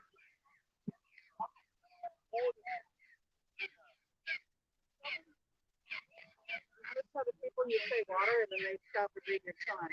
Yeah. I can point to the water, and then they will read the sign that is there about street epistemology. They won't look at the water. But they're glancing at the water and acknowledging that it's there. So they're receiving the water message. And the water message seems much less pushy than, hey, come here, give me a half hour of your time. Yeah, everybody's looking out. Which is why I never specify a time, because I'm not any good at timers. I seem to lean into about 20 minutes of rapport before I really get down to brass tacks.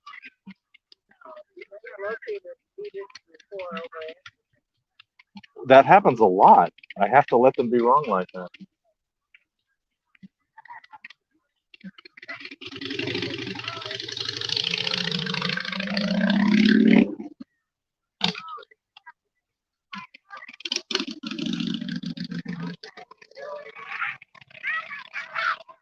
I think it's heart monitor. That little pack, I think it was a heart monitor.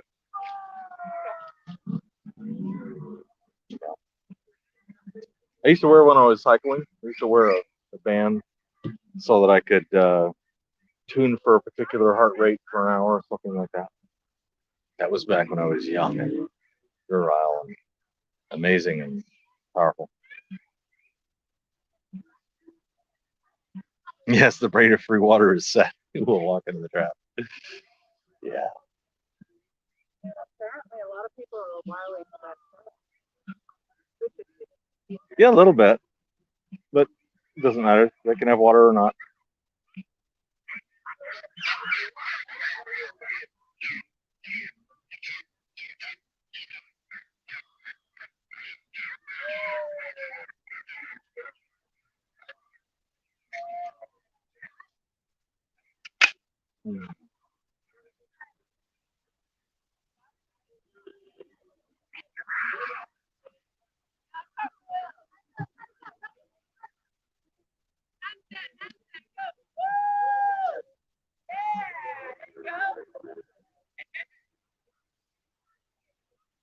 The thing that have a time limit will make people feel less trapped. Yes, and I just I sort of cringe and twitch when I see a video and somebody asks, actually, especially when Anthony asks 4 minutes.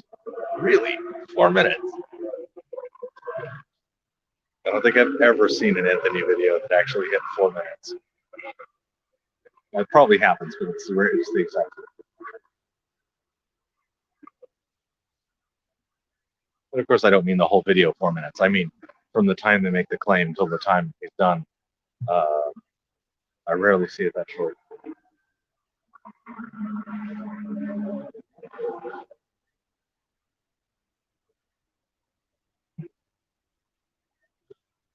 So I fear to set expectations so low.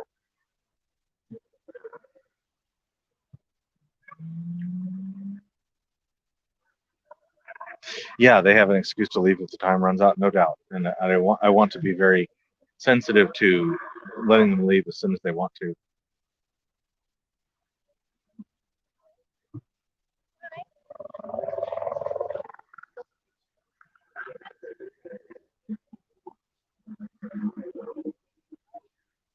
Lady's got a shirt that reads, "Create your own calm."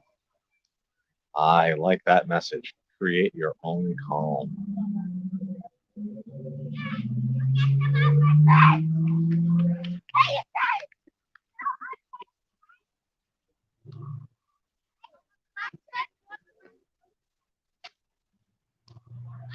Yeah, time is relative. No doubt. Yeah, 10 minutes. Yeah, I've seen 10 minutes.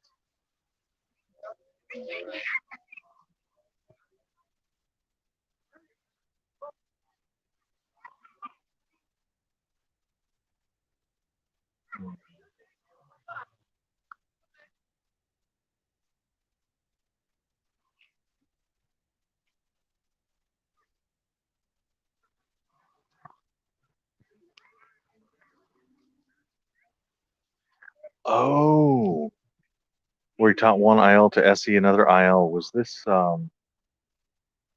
forget her name. Was this about whether her mother was her actual mother? The conference. Yes, lunchtime double Lisa. Douglas Adams for the win. Yeah. On a claim about the law of attraction. Oh, okay. All right. So this was two dudes. I think one of them was named Colton.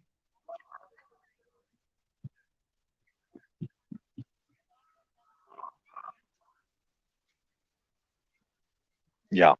Two men.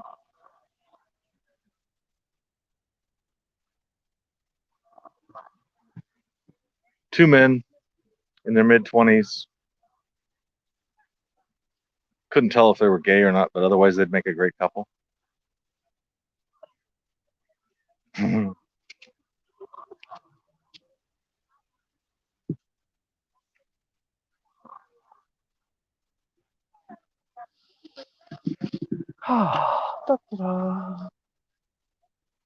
By the way, these seats, very comfy.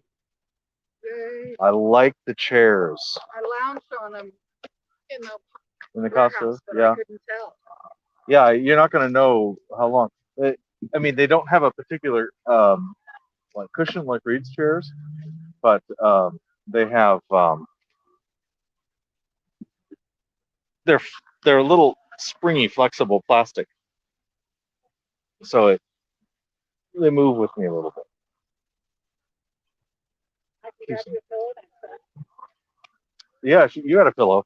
There's more in the way. I believe you. I'm actually comfy.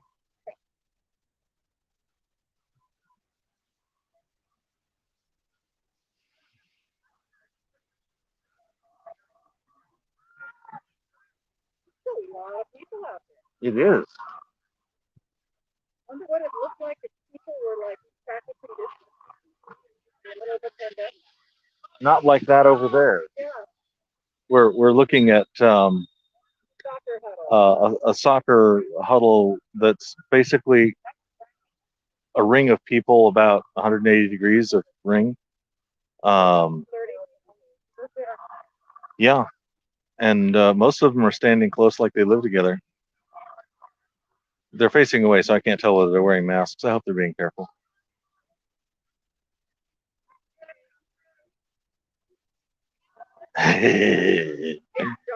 It's dark. The masks don't matter if you can't see it. Ah, Kimberly said, "It's dark. The masks don't matter if you can't see them." The story so far. In the beginning, the universe was created. This has made a lot of people very angry and has been widely regarded as a bad move.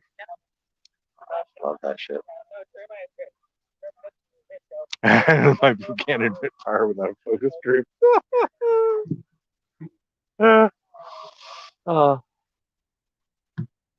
I think Hitchhiker's Guide, that whole series, was. I think most of the jokes in it are counter apologetics.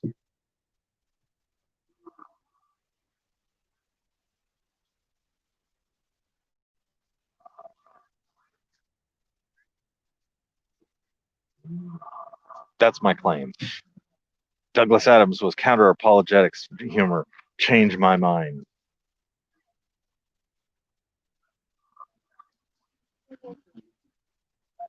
Water, please. Yes.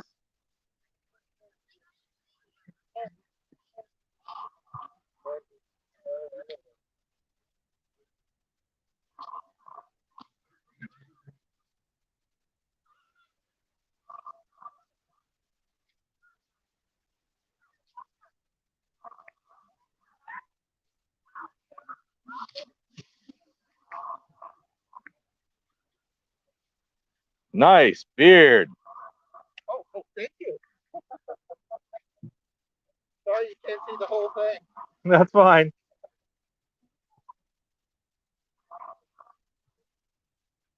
He's got a good Charles Darwin going on there. Counter apologetics is arguments against the defenses often presented by theists. So, for example, I think the ultimate improbability drive was probably aimed at totemism and binary ideas where they've tried to deductively prove God. Have some water.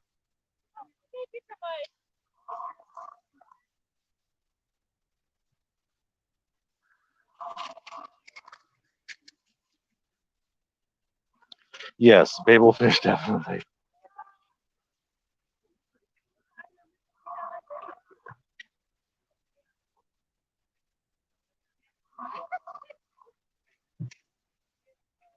I wonder how dark it can be and we can still do this. I mean, it's just now getting pleasantly cool. This is probably the first time in the day that I wouldn't want to just dump a bunch of water over my t-shirt.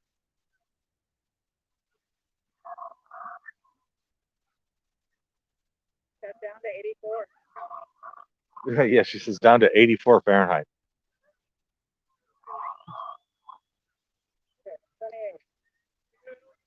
28. 28 for me, because I'm a metric bigot and I prefer to think in centigrade.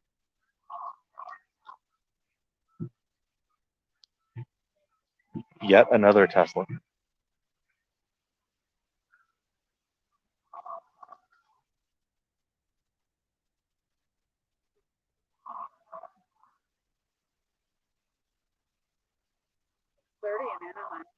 In Anaheim. Yeah, they have it hot in Anaheim. They keep it hot there. Water.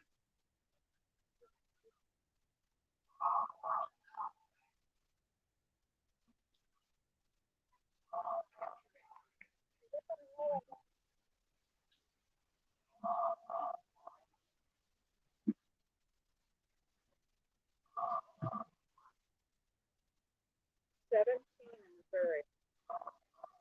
Okay. That's not too bad.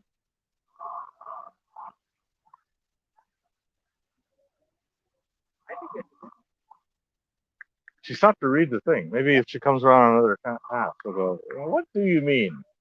Epistemology. Epistemology. I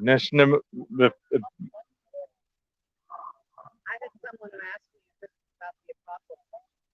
Yes. Yes, it's about the apostles if you want it to be.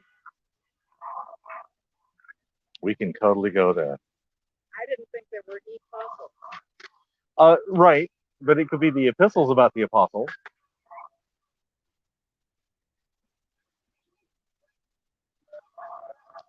Because remember, it's the epistle with the thistle of the thorn of crowns that holds the brew that is true.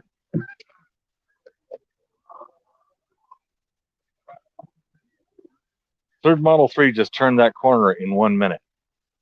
Is there a Tesla event going on? There's a drive-in. Ah, they're doing a drive-in theater. Looks like another course. Going to be another sports game? Last time it was the Lakers. They have a big projector right over there. And people are coming and driving in to sit and watch movies.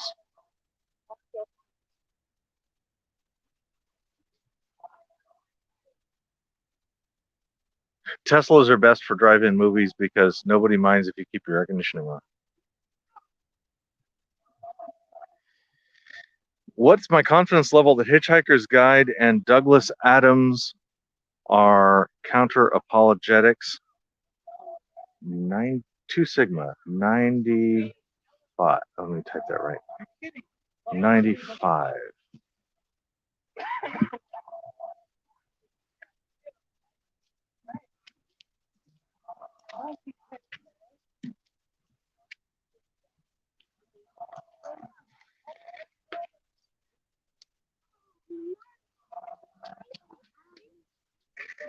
Yep, 95 consonants. 2 sigma. And the nice thing is, I only have to have a little bit of his stuff be directly counter-apologetics, and whether that's true. I'm not making the claim that it is 100% counter-apologetics.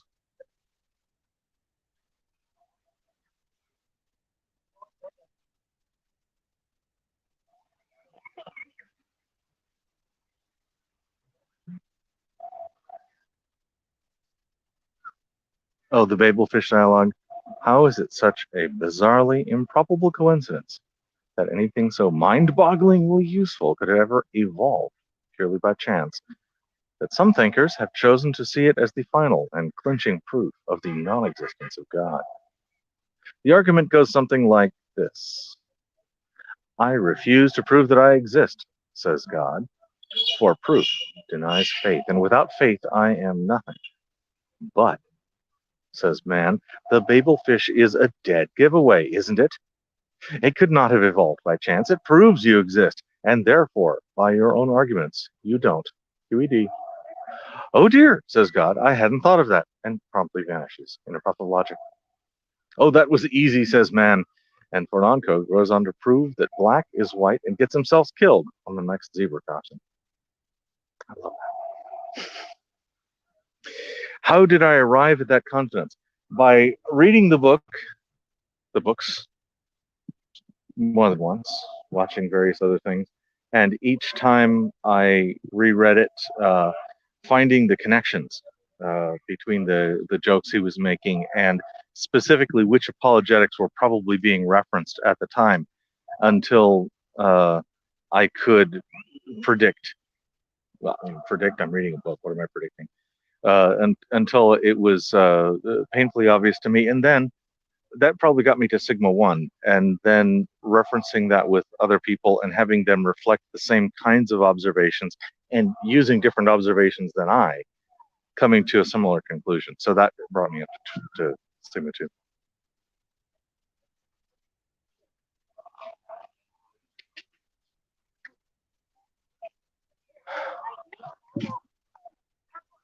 I think for camera lighting, because we did not bring extra lighting, we should not start a new Olympus.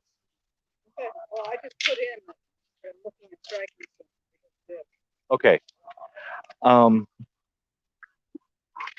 Yeah, it's getting very, very dark.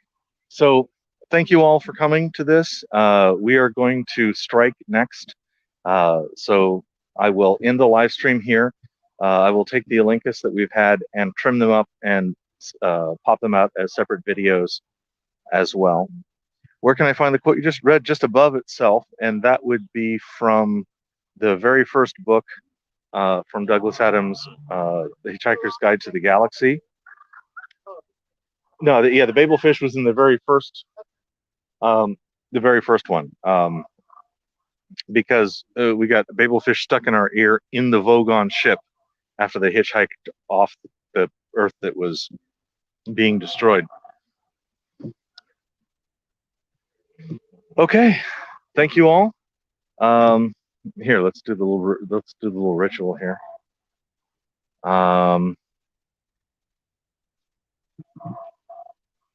Here are my favorite place. Here's my favorite place where everything is gathered together about street epistemology. So if you're really into this habit or topic or method of street epistemology, you can go to streetepistemology.com, brought to you by Street Epistemology International.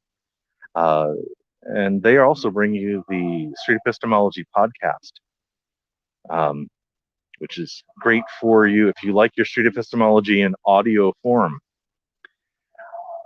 Here are 5 of my favorite street epistemology channels, amongst about 15 that I promote on my YouTube channel.